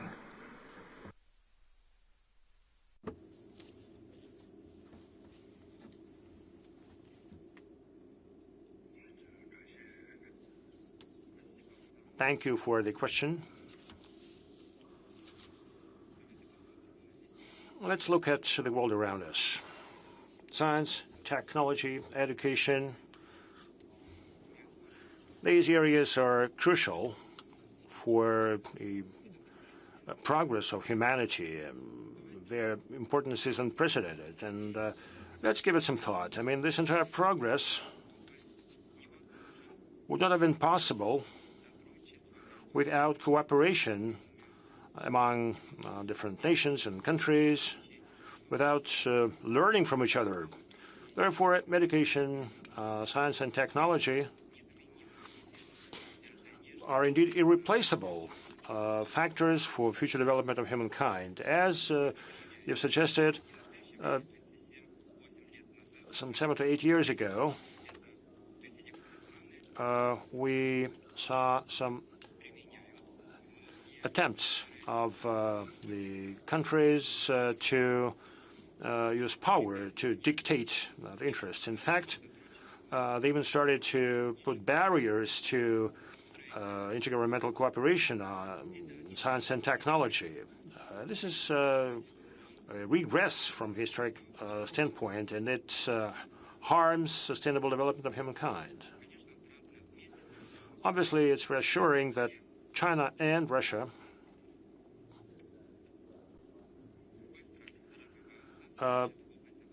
developed their cooperation in science and technology very quickly.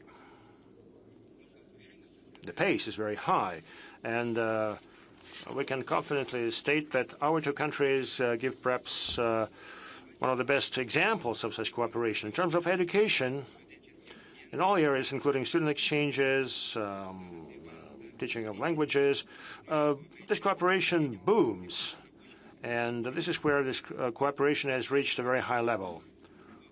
More than 800 universities in our countries establish 15 associations of universities specializing in specific areas. As to science, we set up a joint fundamental research institute. We set up high-level scientific labs. They cooperate within the framework of mega science projects, and we expand access to scientific equipment. And now we've had some impressive outcomes. And again, the whole world continues to evolve, continues to develop. And even without great powers, we would have been able to develop successfully. Don't worry about it. Don't worry about it. Our practice during recent years has demonstrated that wherever you hit the hardest, this is where you would develop faster. The Americans are trying to block the development of our science and technology. And this is not something that emerged yesterday or the day before yesterday. This is something that they've been doing for decades. However, all their attempts only make us stronger in the areas that are trying to hit. Today's restrictions only create good incentives for our development going forward.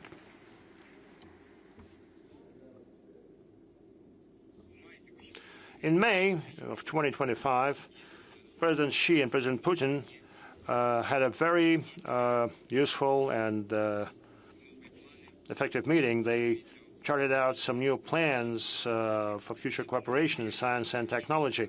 And I think that implementation of those initiatives would only help to further strengthen and expand our collaboration, and would expand the scope of this collaboration in such areas as AI, low-carbon technologies, biotechnologies, new materials, aviation and space. And obviously, we will have some very tangible outcomes in those areas. We improve our cooperation mechanisms. our two governments take all the efforts to further expand and strengthen cooperation in those areas. Thank you.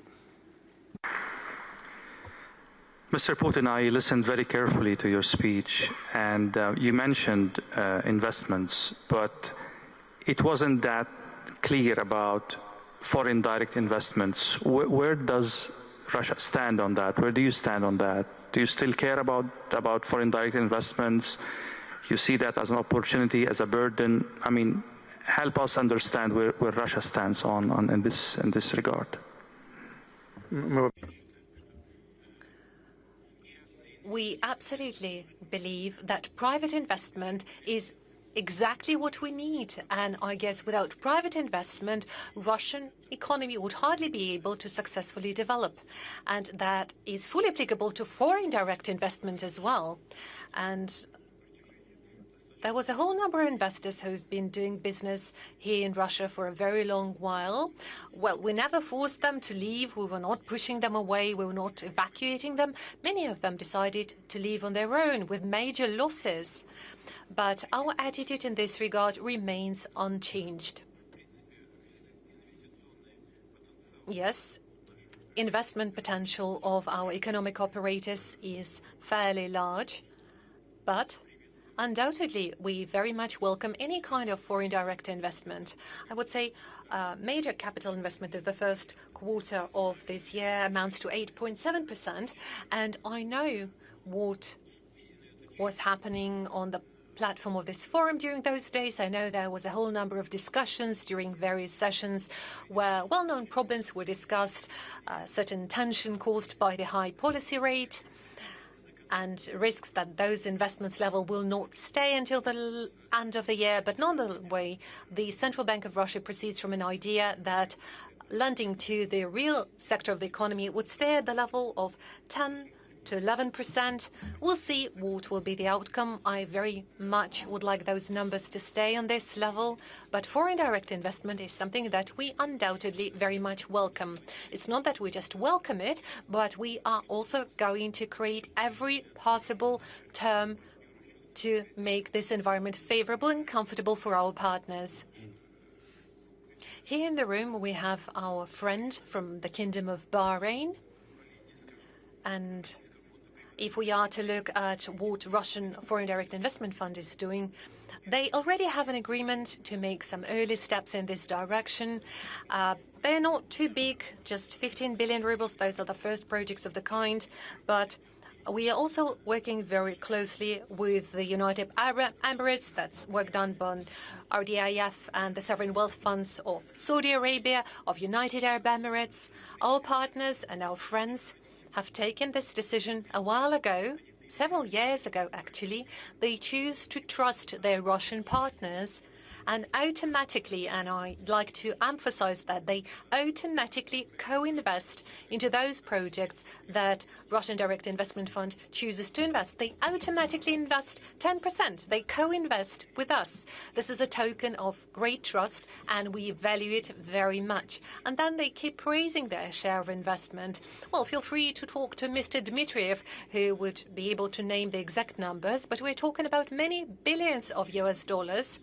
Obviously, there are other sources of investment and tools for investment available. There are virtually no limitations to the particular areas where the investor may choose to put their capital in.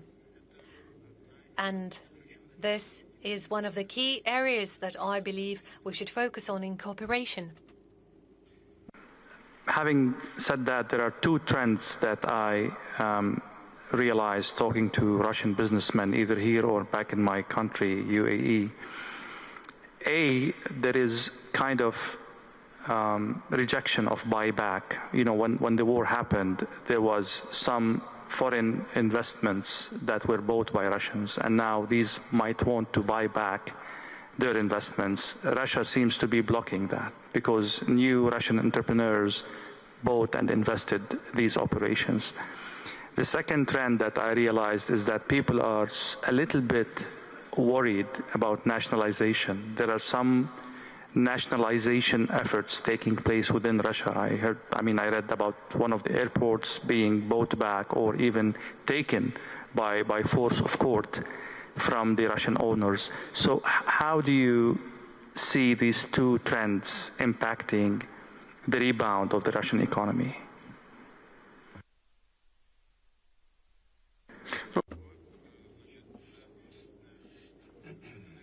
Well, as for nationalization, well, obviously nationalization cannot possibly have a positive impact on the growth of the Russian economy. We are fully aware of it. The case that you refer to, I guess you're talking about Domodedovo Airport in Moscow. Well, I'm sorry, but all the fuss around this particular airport has been going on for a while. It's not that this dispute emerged yesterday. No, it has been in place for quite a long while. It's been in place for many years, and the final outcome of that was this very court decision that you referred to. But it has nothing to do with nationalization. It was a court decision. Nationalization process is described by law, and we do not apply this law. We do not apply those norms, and I've been saying it repeatedly at my meetings with the business community. All I'm saying is that in the course of privatization, there was a whole number of mistakes and unfair steps made. We know cases when something that would cost millions would be privatized for 1 ruble. But in terms of social justice, that was by far not the best type of privatization. But an even worse decision would be to try and take it back now. So my view is that we do need to elaborate the right regulatory framework regarding limitation periods for events like that and close this issue once and for all, once and for good. That is why the comments you've made, the two trends you referred to, well, first of all, there is nothing like deprivatization or nationalization happening. As for the potential buyback options to be used by our partners, well, there are some aspects that we need to pay attention to. Number one, we need to understand how exactly those partners were leaving Russia. What were the terms? If some of those companies or investors were leaving due to political reasoning under the political pressure of the elites of their countries, that means that those partners are not really reliable. They put the companies, the teams of those companies in a very difficult situation. They could have lost their jobs, but it didn't happen because Russian companies have taken over. They would fill in the niches made vacant. And in this regard, frankly speaking, decisions of the kind have actually contributed to a better quality of the Russian economy, a certain restructuring of the Russian economy, because Russian entrepreneurs were becoming owners of those companies that choose to left. However, if there are legally binding documents that are agreed on by the partners, and if those legal documents do foresee the buyback option, well, then there is no other way but Russian companies have to comply with those requirements. We want to make sure that relationships are reliable and stable. That has not always been the case, which is why I've given an instruction to the Russian government. They're going to act on that, and I request the members of the Russian parliament to support those suggestions once they are elaborated and presented for hearing. But I do believe we need to make a comprehensive decision regarding comeback of those Western companies who are willing to come back to the Russian market. We have to support all the initiatives that favor us.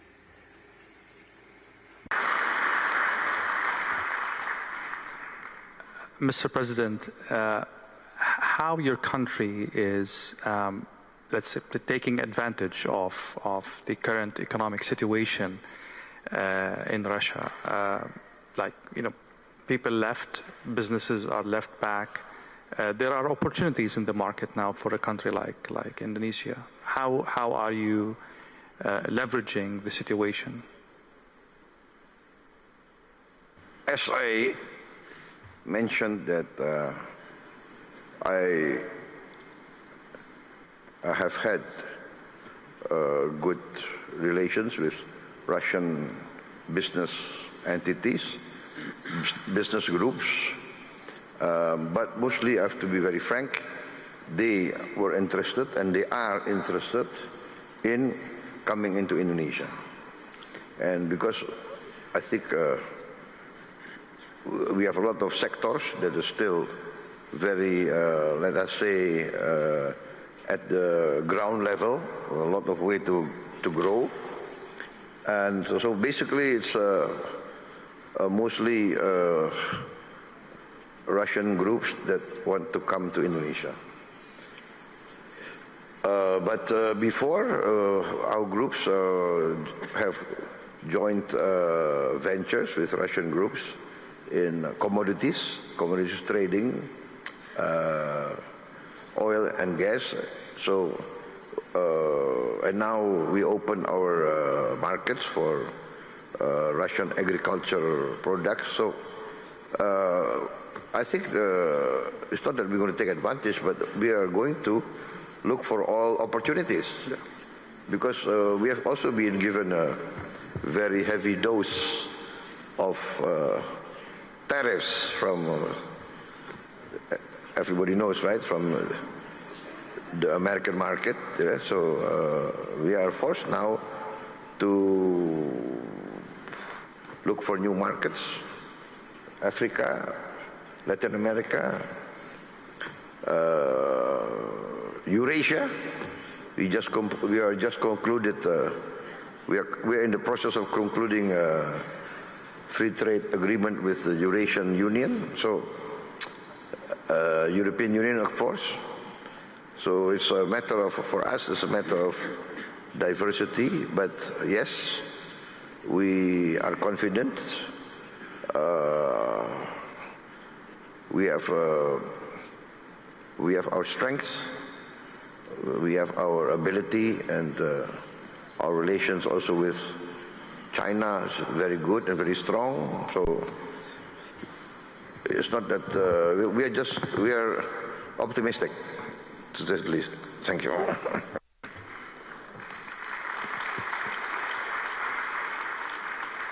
Mr. Vice President, there are many aspects for the economic relationship between South Africa and Russia, but one of the main aspects is the energy deficit in South Africa, and you've been trying to mitigate this problem or solve this problem by cooperating more with Russia in the realm of energy. So far this hasn't been fruitful as much as you would want to, or as much as Russia is capable of helping. How do you assess this? Yeah, thank you for the question. Firstly, let me say that I've already had good meetings, both with the Prime Minister and the President, and we've agreed that we need to increase trade between our two countries. Currently, trade between South Africa and Russia is it's estimated at about 1.3 billion US dollars. We think it's quite low, so we want to triple that number in the next 4 or 5 years. So we've looked at various sectors. We've looked at the energy sector. Russia is having a lot of good technologies in that space. We're looking at solar, gas, nuclear, and already our ministers are talking about the details. We've also talked about critical minerals, particularly to support our local beneficiation efforts. We also looked at agriculture. We are exporting citrus fruits to Russia. We are exporting wines. But we need to increase the volumes. We have what we call South Africa-Russia Business Council. They are also making deals on what to import from Russia. One of the business people was telling me yesterday he has just signed a deal to import Russian vodka to South Africa and obviously to the African continent. So the work has started. We all agree that we need to do more. We need to increase trade between our two countries. All what we have to do as well is to also cut the red tape. You know, some of the business people were talking about the bottlenecks, things that make it difficult for them to be able to trade with their partners in South Africa, the issue of the financial situation, the currency, which our Reserve Bank is looking at, so that we make it easy for business people to do business. So it is our commitment, and we've agreed on all these areas, and as we speak, the ministers are already working on the details, including issues like water as well. They are also dealing with that, infrastructure, issues of railways, locomotives, signaling. Really, a lot of work is now happening. We're going to see trade increasing between South Africa and Russia. We have started. Thank you.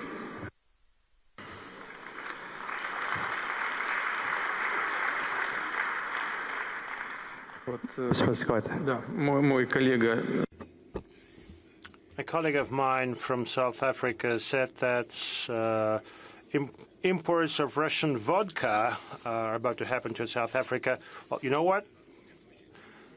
It's a most important and proper step. Why? If you have some vodka, you've got to chase it down with something. And obviously, meat supplies will follow. Or grain imports would follow. I mean, together with our friends from Bahrain, we plan to establish a hub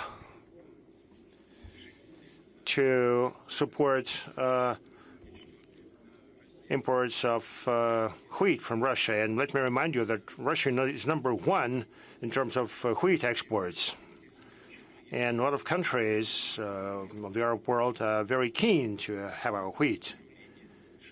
So step by step, this is where we're going to proceed. As to energy, yes, of course, we have a lot of opportunities here, including nuclear energy. And in this connection, let me remind you that Rosatom is undisputable world leader in nuclear energy development.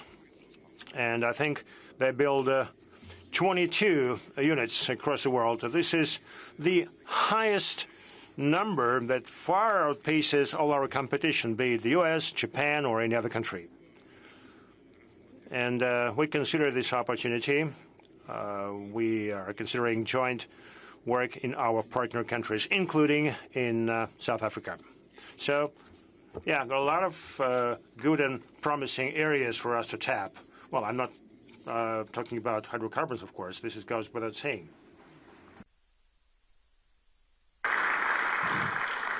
There is no doubt that more vodka will help the world to put the mood in a better condition.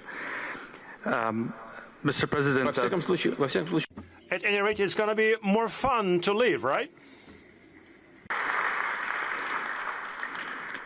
I will go back to the tensions in the Middle East, not from a geopolitical perspective, but from an oil-related aspect, which is the supply shocks expected in the market due to the Iran-Israeli war taking place.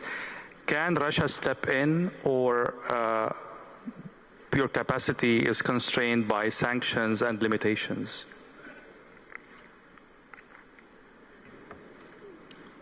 I think I did mention, what do you mean, do something or deal something? Step in, I mean, to mitigate the supply shock in the market due to the events in the Middle East. Can Russia do something about that if this happens? Yes, of course.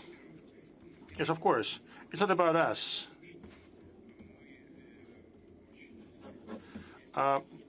It's not just about us. We strictly follow all our agreements reached with our friends and partners under the OPEC plus framework. And those countries limit production and supply of energy sources to the markets. But now, based on our agreement, the production is growing very slowly, and I stress it, slowly and steadily, in order not to upset the global market. The idea is to ensure a balance between demand and supply and fair prices that would be comfortable for both producers and importing countries.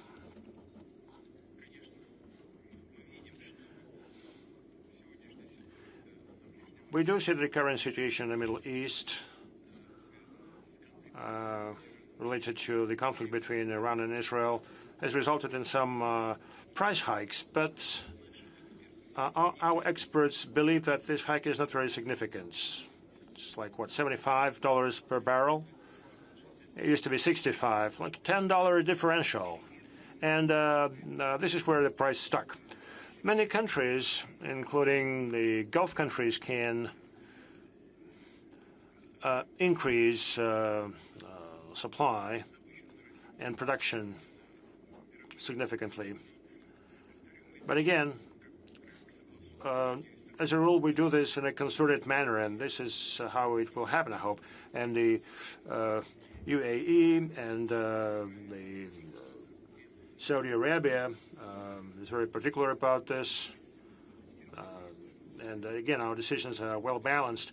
Altogether, we'll look at how the situation would unfold. As of now, there doesn't seem to be any need for any immediate response or action. The latest sanctions on Russia aimed at the so-called shadow fleet, how this will impact the supply to Asia and other places in Africa, how it will impact Russia, how it will impact your friends as well.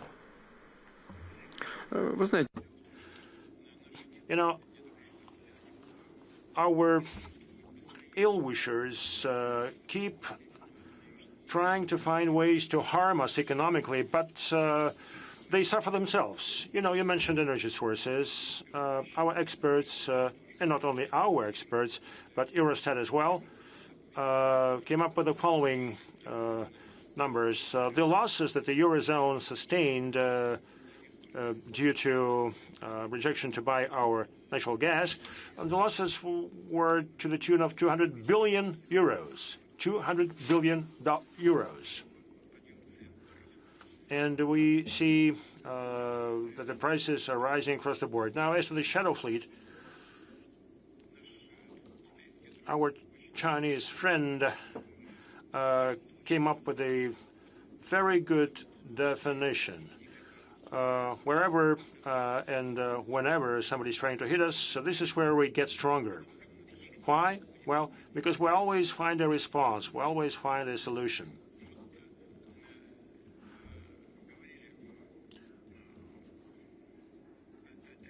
We talked about tariffs. We mentioned tariff policy.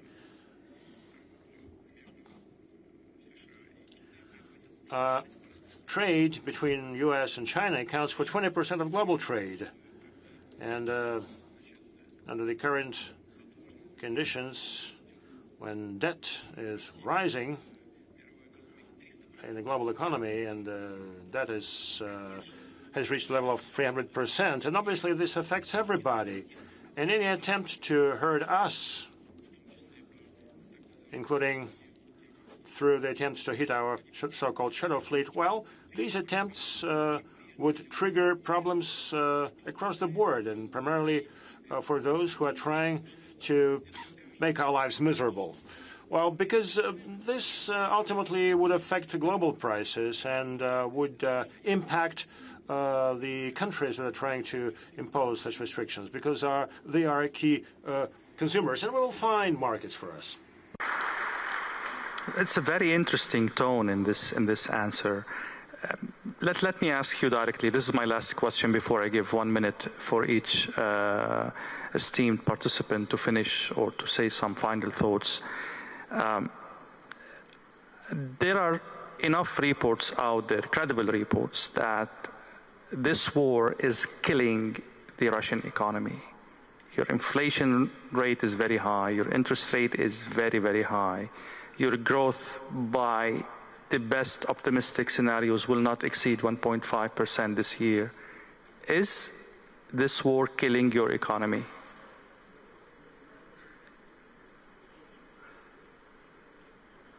Well, debt is not rising. Our debt is among the lowest in the world. As to the economic growth, as one author once said, you know, the rumors about my death are greatly exaggerated. You know, the key indicator is GDP growth. In 2023, the growth rate was 4.1%. Last year, it was 4.3%. And the global growth, if my memory serves me right, is 3.3%, which means that we grew faster than the world average. The U.S. had 2.8% of growth. The Eurozone, 0.9%. So clearly, Russia is demonstrating good progress and is demonstrating good pace. If we discount hydrocarbons, the growth would be even higher. It would be 7.2 last year. I'm sorry, 2023, and 4.9 last year. But this is not the most important thing. It's nice, but it is not the most important thing. What matters is that the composition of the Russian economy is changing. This is key. And 43+% in the GDP is in non-oil and gas sectors and not defense sector.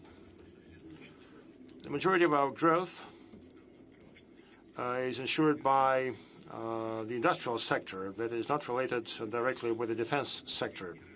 One thing that we're very happy about is as follows. We keep talking about import substitution, and indeed we've allocated significant financial resources to substitute the items that are no longer available in our market due to sanctions and due to withdrawal of some Western companies. And now we're witnessing a very positive kind of development. We see more and more products and items that are based on our own solutions, that use our own platforms, that are related to the development of science and the high-tech sector. Now, the share of such products keeps expanding, and this means that the composition of our economy is changing. And this is one of our key objectives, one of our key tasks. The industry is growing at a faster pace than the GDP, national GDP. And last year, I think the growth was around 7%, 7.2% for industry. In Q1 of 2025, it's 1.6 to 1.9, and this growth continues. And this is happening against a backdrop of very low unemployment. It's at historic low. It's 2.3%. Indeed, the price for such tremendous growth of economy, and the growth is very high, the price is inflation, in fact. But the central bank and the government taking necessary measures and efforts, including with respect to the policy rate, and obviously you witnessed the discussions unfolding in the government and between the government and the central bank. Indeed, there are no simple solutions here, but overall, we have been able to address this issue too. But inflation is in single digits. It's like 9.6, right? Madame Nabiulina would not, right? It's around 9.6%. Some claim that the baseline inflation is already 5%. Well, I've been loaded with numbers over the past 2 days trying to explain to me where those 5% came from. But anyway, The Bank of Russia believes that by the end of the year we're going to have like 7 to 8%. I think it's going to be 7%. This is what I hope for. And this means that the measures taken by the financial authorities of Russia yield positive outcomes. Indeed, there are issues. There are many issues that we need to address. And the head of Sberbank is smiling, is nodding. Well, why not smiling? I mean, his margin is 5.7%, whereas major Western financial institutions would have a margin of 3.7%. This is pretty good performance. Yes, in the banking sector, we also have some things to focus on. But overall, our situation is stable, reliable, and I count that it will persist this way.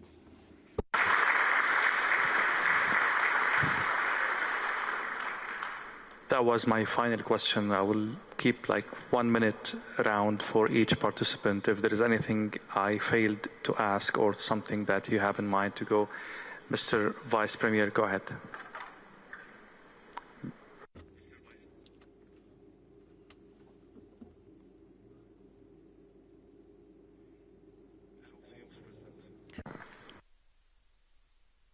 I'd just like to thank President Putin and the organizers of this forum for this great opportunity.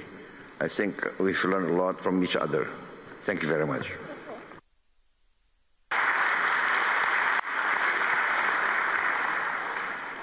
I would join my voice to you, Mr. President, and I would like to thank His Excellency Mr. Vladimir Putin, the President of Russia, for inviting us here to beautiful St. Petersburg, to listening to your wisdom and to listening and to share our thoughts with you all. So thank you very much.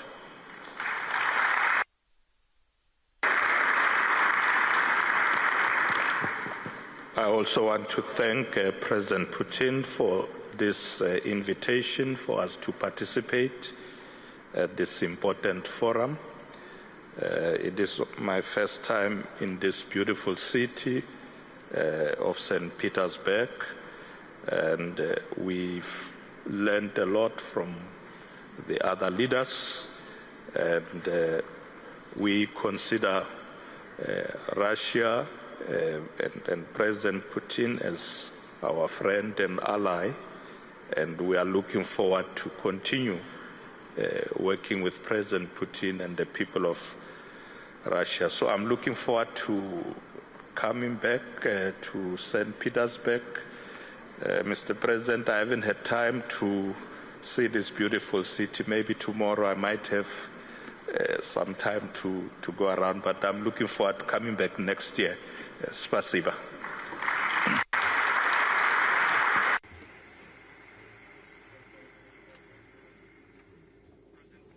This is the second panel I had the privilege and the honor to have with you in less than 1 year. I can't be more privileged. Thank you so much. You've always tolerated my questions, and really a testament to your belief in open dialogue. Thank you so much, esteemed guests. Thank you, and everyone. Thank you so much.